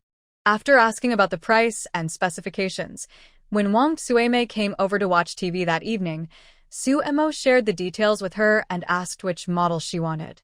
I want one just like yours, Wang Tsueme replied. Su Mo was taken aback, not expecting Wang Tsueme to be so generous. The TV at home was a 14-inch model priced at 476 yuan, while the ordinary 12-inch model was 406 yuan, a difference of 70 yuan. This was not typical of Wang Tsueme's style. Lu Xiaolan laughed and asked Sister Wang, "Where did you get the money?" Wang Tsueme smiled. After working hard for so many years, I want to enjoy a bit. This big item lasts a long time, so it's better to buy a good one. Su Mo noticed that Wang Tsueme's smile seemed a bit forced, likely due to some reason she didn't want to share, so she didn't pry. All right, I'll help you order the same one as mine. After the exhibition ends, I'll call you, and you can come with me to buy it. Okay, I'll go with you then. Wang Tsueme nodded eagerly. After the TV program adjustment, it would air around 9:40. When the familiar test card appeared, Wang Tsueme reluctantly left with her 3 children.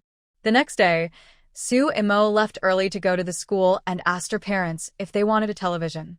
If they did, she would help them buy one. Su Tingqian and Mo Yurong shook their heads repeatedly, saying no. No one in their building had a TV, and if they bought one, everyone would come to their house to watch. That would really disturb their peace. It wasn't that they were stingy, but some people in the building were very greedy and self-righteous. Especially the grandmothers with grandchildren. Sometimes when Mo Yurong brought home some treats, they would always take some under the pretense of their grandchildren wanting to eat. If they refused, those unruly kids would throw tantrums on the floor, and the couple would have to give in just to have some peace. Su Tingqian sighed, lamenting how the university campus had become filled with all sorts of people. Now that those individuals had fallen, He hoped the truly knowledgeable ones would return and restore peace to the school. Suemo was relieved that she had asked. Otherwise, even if she bought a TV, her parents wouldn't use it, and it would only cause them trouble. Mom and Dad, how about moving out? Suemo had suggested they move out before, but they had refused. Su Tingqian waved his hand no. Once things settle down, your mother and I plan to resign and return to Haishur. He then handed her a letter. He had received a letter from Oldgu a couple of days ago, saying that the government might allow private business again. If that happened, he definitely wouldn't teach anymore. He wanted to return and revive the Su family's old business. After Oldgu's brother was rehabilitated, he was given important responsibilities, so he knew a lot of insider information. But it wasn't certain when it would happen, as policies needed everyone's agreement before being announced. After reading the letter, Sumo guessed her father's thoughts and said, "If that day comes, we can work together to restore the glory of the Su family." Su Tiqian frowned. "Don't rush into it. Your job has potential. Your mother and I will go first to test the waters." Suemo had her own ideas, but agreed verbally to ease her parents' worries. While the Su family was planning their next steps, the Gong family was just managing to escape. If it weren't for another layer of connections helping him, he might have been in serious trouble. Although some people were busy, Gong Ming was still demoted 2 levels and transferred to a less important position. Gong Ming was invited for an investigation for over half the month. After returning, he called Gong Bin and Gong Yi to his study. Despite being demoted, Gong Ming was still satisfied that his family was not affected. "Our family situation is not good right now, so you both need to be low-key for a while. I've already communicated with them, and we will focus our support on Xiaoyi. Xiaoyi has done well in the commune these past few years, with solid achievements, so his promotion won't attract too much attention." Gong Bin frowned slightly at his father's words. However, he was deeply intimidated by Gong Ming and didn't dare to speak up. Their family was not what it used to be, and the connections they could use were very limited. Although his son was capable, he was still just a commune director. Investing limited resources in him seemed too risky. It would be better to invest in Gong Bin, allowing him to rise further. Having 2 people in high positions would be better for the family. Although I've been transferred to a less important position, it's not all bad. With less work, I have more time to guide you both. Gong Ming said, starting to evaluate Gong Bin and Gong Ye's work and offering them several effective suggestions. During the investigation, he hadn't been idle. He had replanned the paths for his son and grandson based on the current situation. With his guidance, his son's position would be stable, and his grandson's promotion would go more smoothly. As long as they could keep Gong Yi, the Gong family would have a chance to rise again. After discussing work, Gong Ming shifted the topic and said to Gong Yi, "Your wife is no help to you. She will only drag you down. Find an opportunity to get a divorce." Gong Yi looked troubled. "Divorcing during this time isn't appropriate, right? Yang Xiyin probably won't agree to it. If it gets messy, it could be quite troublesome. As long as the problem isn't on your end, it won't affect you." Gong Ming waved his hand. "I'll arrange this. You just need to cooperate." Okay, Gong Ye noted. Gong Ming was very pleased. Ever since his grandson suffered a big loss last time, he had been very obedient. Then, Gong Ming shared some internal news he had received with the 2 of them. Meanwhile, Su Tingda also received news of Gong Ming's escape and was so angry he nearly smashed the teapot. Gong Ming was indeed a tenacious survivor. Even in such a situation, he still had help. After the trade fair, Su Emo took Wang Tsueme to buy a television. When Zheng Guosheng returned home and saw the new TV, he got very angry, grabbed his briefcase, and stormed out. His cousin's wedding was a big event, and she said they had no money, but then she bought a TV. Was she slapping him in the face? He really gave her too much credit, thinking she could just take her salary and spend it as she pleased. Most military officers' salaries were collected by their families, and Zheng Guosheng followed suit, letting Wang Tsueme collect his salary each month. Seeing Zheng Guosheng leave, Wang Tsueme hurried after him, saying, "Hey, you should install the TV before you go. The kids are waiting to watch." "You bought the TV, so you can install it yourself. Zheng Guosheng replied, walking away without looking back, no matter how much Wang Suimei called after him. The kids were initially excited about the new TV, but their father's outburst scared them into silence. The youngest son even started to cry. When Wang Suimei returned and saw her youngest son crying, she said, "Don't cry, I'll help you set it up soon." She then called her eldest son, and the two of them got to work. Although Wang Suimei wasn't formally educated, she was quite clever. When she bought the TV, the salesperson explained how to set it up. She had also watched Lu Chongjing install an antenna in their yard before, so she managed to do it well. This experience restored Wang Suimei's lost confidence. Back in the countryside, she was very capable and could handle any task. Otherwise, the Zheng family wouldn't have come to her family to propose marriage. However, after moving to the military compound, Zheng Guosheng often criticized her, making her feel inadequate. She was always cautious, afraid of embarrassing him. But in reality, she wasn't that bad. She managed to set up such an advanced device without Zheng Guosheng's help. When Sumo returned from work and passed by Wang Suimei's house, she heard laughter coming from inside and couldn't help but smile. At the end of May, the center announced that Yi Wenbin would be transferred to Jing City in June, and the director position would temporarily be filled by Deputy Director Su Mo.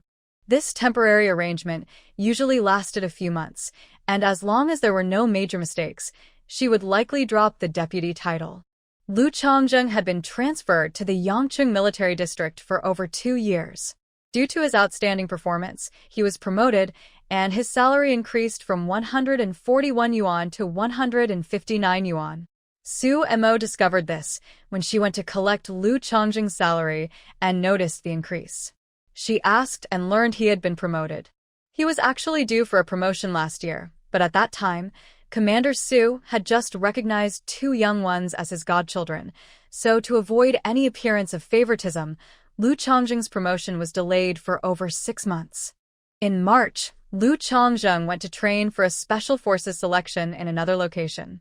The leaders noticed the exceptional contributions of the Special Forces and requested an expansion from the previous 30 to 40 members to a team of 100.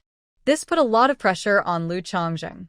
The tasks they executed were extremely dangerous, and the selection process had to be very strict. If unsuitable candidates were chosen, it could lead to fatalities on the battlefield. Therefore, Lu Chongjing's training plan was exceptionally rigorous, a step above the previous training he had undergone. Moreover, he didn't wait until the end of training to eliminate candidates. He eliminated them as they trained. In the first training phase, lasting over 2 months, more than 200 elite soldiers participated, and he had already eliminated 120, earning him the nickname King Lu. Seeing so many eliminated, the deputy captain frowned. There were still 2 more training phases to go, and at this rate, they might end up with no one left. The leaders expected the team to grow to 100 within 3 years. "Chief, is it too strict?" the deputy captain asked. "Better to have fewer than to have unsuitable ones. I don't want to see them leave standing and come back in a coffin," Lu Chongjing replied. "But the leaders require." Lu Chongjing waved his hand. "I'll talk to them later." The deputy captain wanted to say more but held back. He felt it wasn't necessary to be so harsh. The trainees were already complaining, saying they were there to train, not to be mistreated. Some of them had connections and might report the captain. He admired Lu Chongjing and didn't want him to face consequences for this. After all, Lu Chongjing had saved his life. Meanwhile, in the soldiers' tents, a few gathered to discuss how to teach Lu Chongjing a lesson. They felt that his training was not normal, it was pure torture, and the goals he set were impossible to achieve. In the afternoon, these few organized the remaining 80 to protest, claiming that his goals were unachievable and that he was just making things difficult for them. Lu Chongjing scoffed and immediately pointed out a few soldiers to demonstrate. When the trainees saw the instructors complete the tasks, many felt guilty and quieted down. However, the few troublemakers were still unsatisfied, arguing that they were new to training and shouldn't be held to the same standards as the regular team. They wanted the standards lowered. Lu Chongjing noticed that while not many spoke up, Many others showed agreement with this view. If he pressed too hard, it could harm the training. He waved his hand and said, "I'll give you 2 hours to hide on the island. After that, I'll come find you alone. If by midnight, there are still 10 of you left that I haven't found and eliminated, you win, and I'll lower the standards. On the other hand, if I find you, you will follow my standards. Deal? If you find us, can we fight back? Do we have to hide separately, or can we work together? Of course, if anyone among you can eliminate me, that counts as a win for you. We're a team, so cooperation is allowed." The troublemakers' minds began to race. While they might not defeat the King Lu one-on-one, they could set traps and work together to win. Lu Changzheng explained the basic rules and let them go. 2 hours later, Lu Changzheng disguised himself and set off. He was already familiar with the island and knew all the best hiding spots. In less than 10 minutes, the loudspeaker on the island announced the first eliminated candidate, and soon after, another name followed every few minutes. This was also a psychological tactic. Hearing their comrades being eliminated one by one made some of them anxious and eager to reveal themselves. In less than 2 hours, over 30 had been eliminated, and there were still 6 hours until midnight. Those who thought they were well hidden began to feel anxious. At this rate, they feared they would lose. The few troublemakers were initially full of confidence, having set a trap to take down Lu Changzheng as soon as he arrived, showing him their strength. But they waited and waited, only to hear the names of their eliminated teammates. Several times, they sensed someone approaching, yet they never saw Lu Changzheng. One of them quietly moved in front of the leader and said, "Number 13, something feels off. Do you think Lu Yanwang has already noticed us and is deliberately avoiding this area?" Since they started training on the island, Lu Changzheng had instructed them to only use their code names and not their real names. "There are only 6 of us. If he is avoiding us and takes out everyone else, we will still lose." Number 13 was also pondering this. He didn't expect the others to be so weak, getting caught so easily. This won't do. He needed to contact more people. At least 10 of them were needed to ensure they wouldn't be defeated. Number 34, you go back to your original position. I'll go find more people and bring them here. If Lu Yanwang shows up during this time, stick to the original plan. Number 34 nodded and quickly moved to return to his position. Just then, a small stone hit him on the head, causing him to yelp in pain. He was about to ask who threw the stone when he suddenly realized his face fell. He had been eliminated. He didn't even know where the stone had come from. Seeing this, the others quickly hid, fearing their own positions would be exposed. Lu Yanwang was already close to them, and they still had no idea, having lost one person without knowing where the enemy was. Number 34 stood up dejectedly and, according to the rules, went to the elimination gathering point. Soon, his code name was announced over the loudspeaker. The remaining 5 didn't dare to breathe, their sharp eyes scanning the surroundings, trying to locate Lu Changzheng. Suddenly, number 121 felt a gust of wind above him. Just as he was about to move, his mouth was covered, and a dagger was pressed against his neck. Lu Changzheng's cold voice whispered, "You are eliminated. Leave in 5 minutes." Number 121 nodded, staring at Lu Changzheng in shock, wondering how he had gotten behind him without him noticing. He couldn't help but admire Lu Yanwang. Though he seemed unapproachable, his skills were impressive. He broke out in a cold sweat, realizing that if Lu Yanwang were an enemy, he would have been dead by now. They had been too arrogant. Seeing number 121 nod, Lu Changzheng released his grip and crawled back to a concealed spot, disappearing like a ghost. 5 minutes later, number 121 stood up, looking defeated. The remaining 4 were shocked to see him. Darn, another one eliminated. 2 of them couldn't hold back and shot a couple of blank rounds at number 121's hiding spot. Number 49, closest to him, jumped down from the tree, ready to check it out.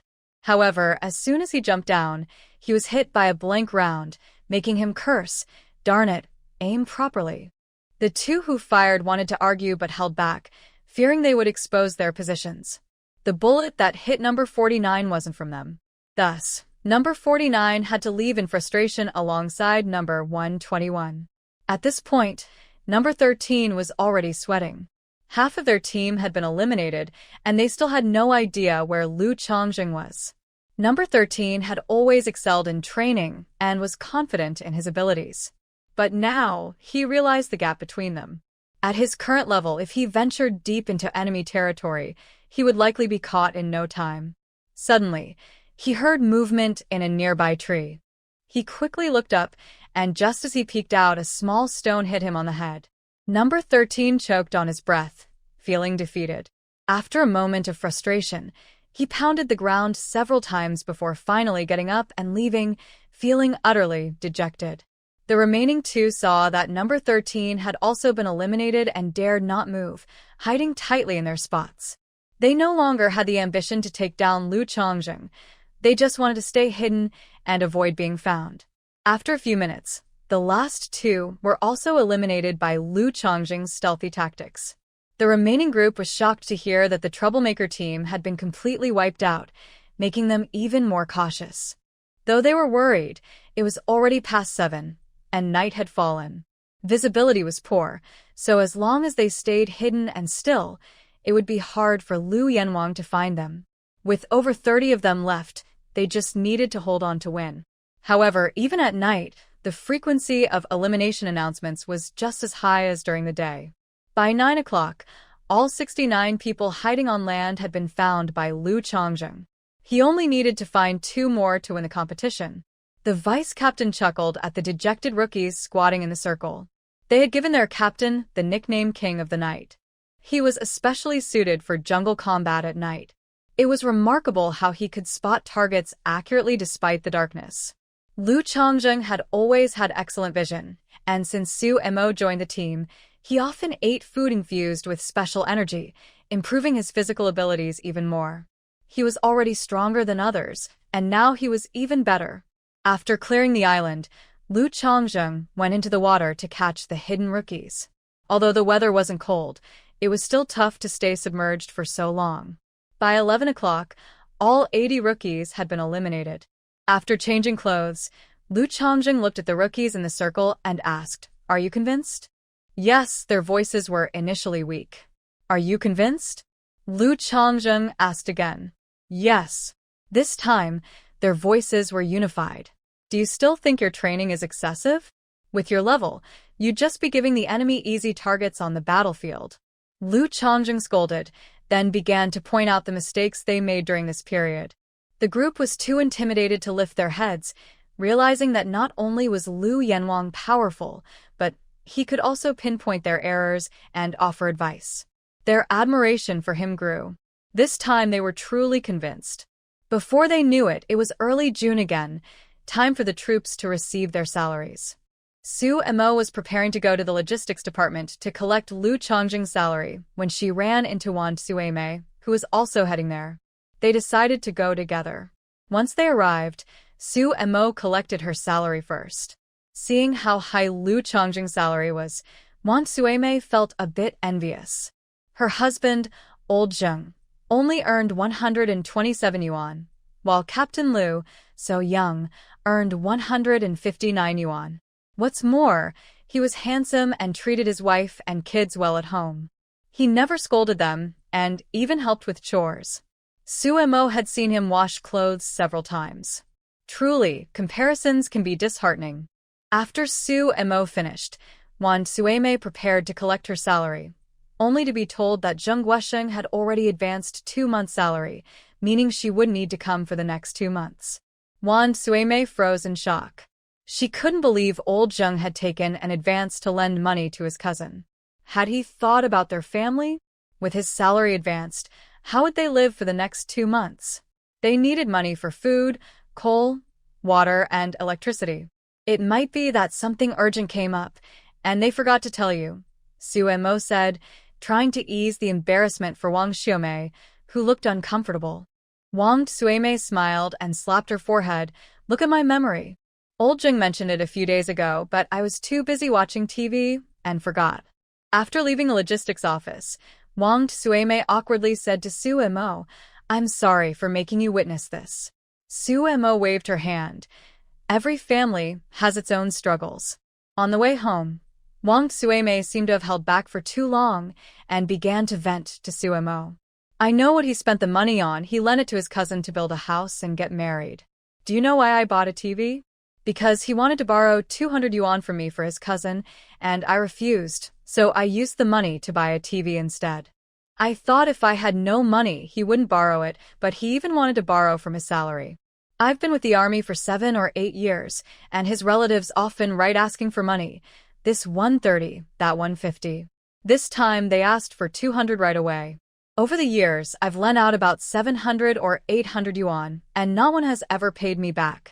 I've been saving every penny, trying to make ends meet, and now all my savings are going to outsiders. They only see that old Zheng earns over 100 yuan a month and think it's a lot, but they don't know how high the family expenses are. I try to save every month, but the money just disappears like it's in a funnel. Suemo, do your husband's relatives ever borrow money from you? Suemo shook her head. Never borrowed. Her 2 brothers never asked, and she wasn't sure about other relatives. If they needed to borrow, they would likely go to Lu Qing'an, but they had never approached them. It must be said that having parents and relatives who are clear about things makes life much easier. Do you send money to your in-laws? Yes, I send them 10 yuan every month and occasionally buy things to send back. When they first started sending money, Lu Qing'an wrote a letter saying it wasn't necessary, but the couple insisted on sending it, considering they lived far away and couldn't take care of their parents. Having money makes one feel secure. This way, Li Yue doesn't have to do heavy work for a little pay, especially since she's over 50. Your in-laws are good. My family complains that 20 yuan a month is too little. If I send them 10 yuan, they would probably raise a fuss. Being the youngest is better. Old Zheng is the eldest, and the family relies on him for everything. He is also very proud and takes on all the burdens. Suemo wanted to say that it wasn't just about being the eldest. It also depended on the parents' attitude and family values. Lu Xingjuan is the eldest, but Lu Qing'an and his wife don't rely on him for everything. Lu Chongzheng is the most successful in the family, yet Lu Qing'an doesn't pressure him to support the other siblings. So, it really depends on the elder's attitude. She somewhat unkindly speculated that the reason so many relatives wrote to Zheng Guosheng for money might be because his parents bragged about him in front of them. In today's world, with the internet, she has seen many clueless parents creating problems for their successful children. Moreover, perhaps those relatives didn't fail to repay. They might have given the money to Zheng Guosheng's parents, who then kept it without returning it.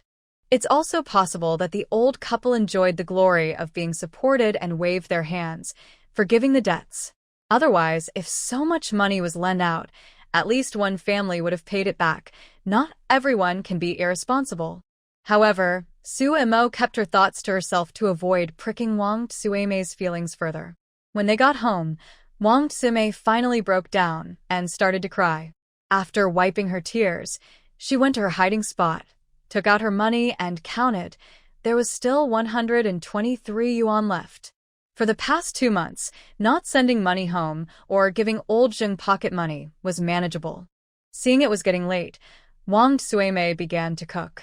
There wasn't much rice left in the jar, but there were plenty of sweet potatoes. For lunch, she steamed sweet potatoes and stir-fried 2 green vegetables. When the kids came back from playing outside and saw sweet potatoes for lunch, they asked, "Mom, didn't you go buy grain today? Why are we having sweet potatoes again? Your dad spent his salary on your uncle's wedding, and we don't have money at home, so we need to save. We'll all eat sweet potatoes from now on." She didn't plan to hide the truth about old Zheng's actions. The kids needed to know what he had done. The 3 children immediately wailed upon hearing this. That evening, when Zheng Guosheng came home and saw only plain vegetables and a big bowl of sweet potatoes on the table, he instantly lost his appetite. "I've told you so many times to use some oil when frying vegetables. You're always so stingy, yet I don't see you saving much money." Wang Sueme rolled her eyes. "There's no money to buy oil. You have money to buy a TV but not for oil? The money went to the TV. We were just waiting for your salary to get by, but now you've taken an advance, and we don't know how to manage for the next 2 months. Zheng Guosheng got angry. I earn over 100 yuan a month, and you think I can't manage just because I lent 200 yuan? You've been with the army for 7 or 8 years. How come you haven't saved up at least 1,000 or 800? Where did the money go? Did you give it to your family? Wang Suimei was also furious. My family wouldn't dare take advantage of you. Where did the money go? I lent it to your relatives. I calculated this afternoon that over the years, I've lent your relatives a total of 870 yuan, plus the 200 to your cousin. That's over 1,000, and not one has ever paid me back. Do you think your salary is high? You earn 127 yuan a month, and your parents want 20. You smoke and drink, which costs you about 30 a month for pocket money, so that's already 50 gone. That leaves 77 yuan to support a family of 5, plus entertaining your subordinates occasionally. Do you think that's easy? Let me break down where the money goes. Our family needs 171 jin of grain each month, 40% fine grain and 60% coarse grain. Rice costs 0.14 yuan per jin, and sweet potatoes cost 0.03 yuan per jin, so grain costs about 13 yuan a month. We need 4 jin of oil each month, costing 0.82 yuan per jin, which totals about 3.28 yuan for oil, plus soy sauce, salt, soap, and other supplies. Then there's the cost of coal. We need 125 yuan for honeycomb coal each month, plus delivery, which adds another 4.5 yuan. Electricity costs around 2 yuan a month, and water is about the same. All these fixed expenses add up to about 30 yuan a month. Do you think we don't need to buy meat? The kids don't need to go to school? They don't need clothes and shoes? Our food supply isn't enough, and you still want to show off by inviting colleagues over for meals. Do you think big men eat little? You have no idea how much high-priced grain I've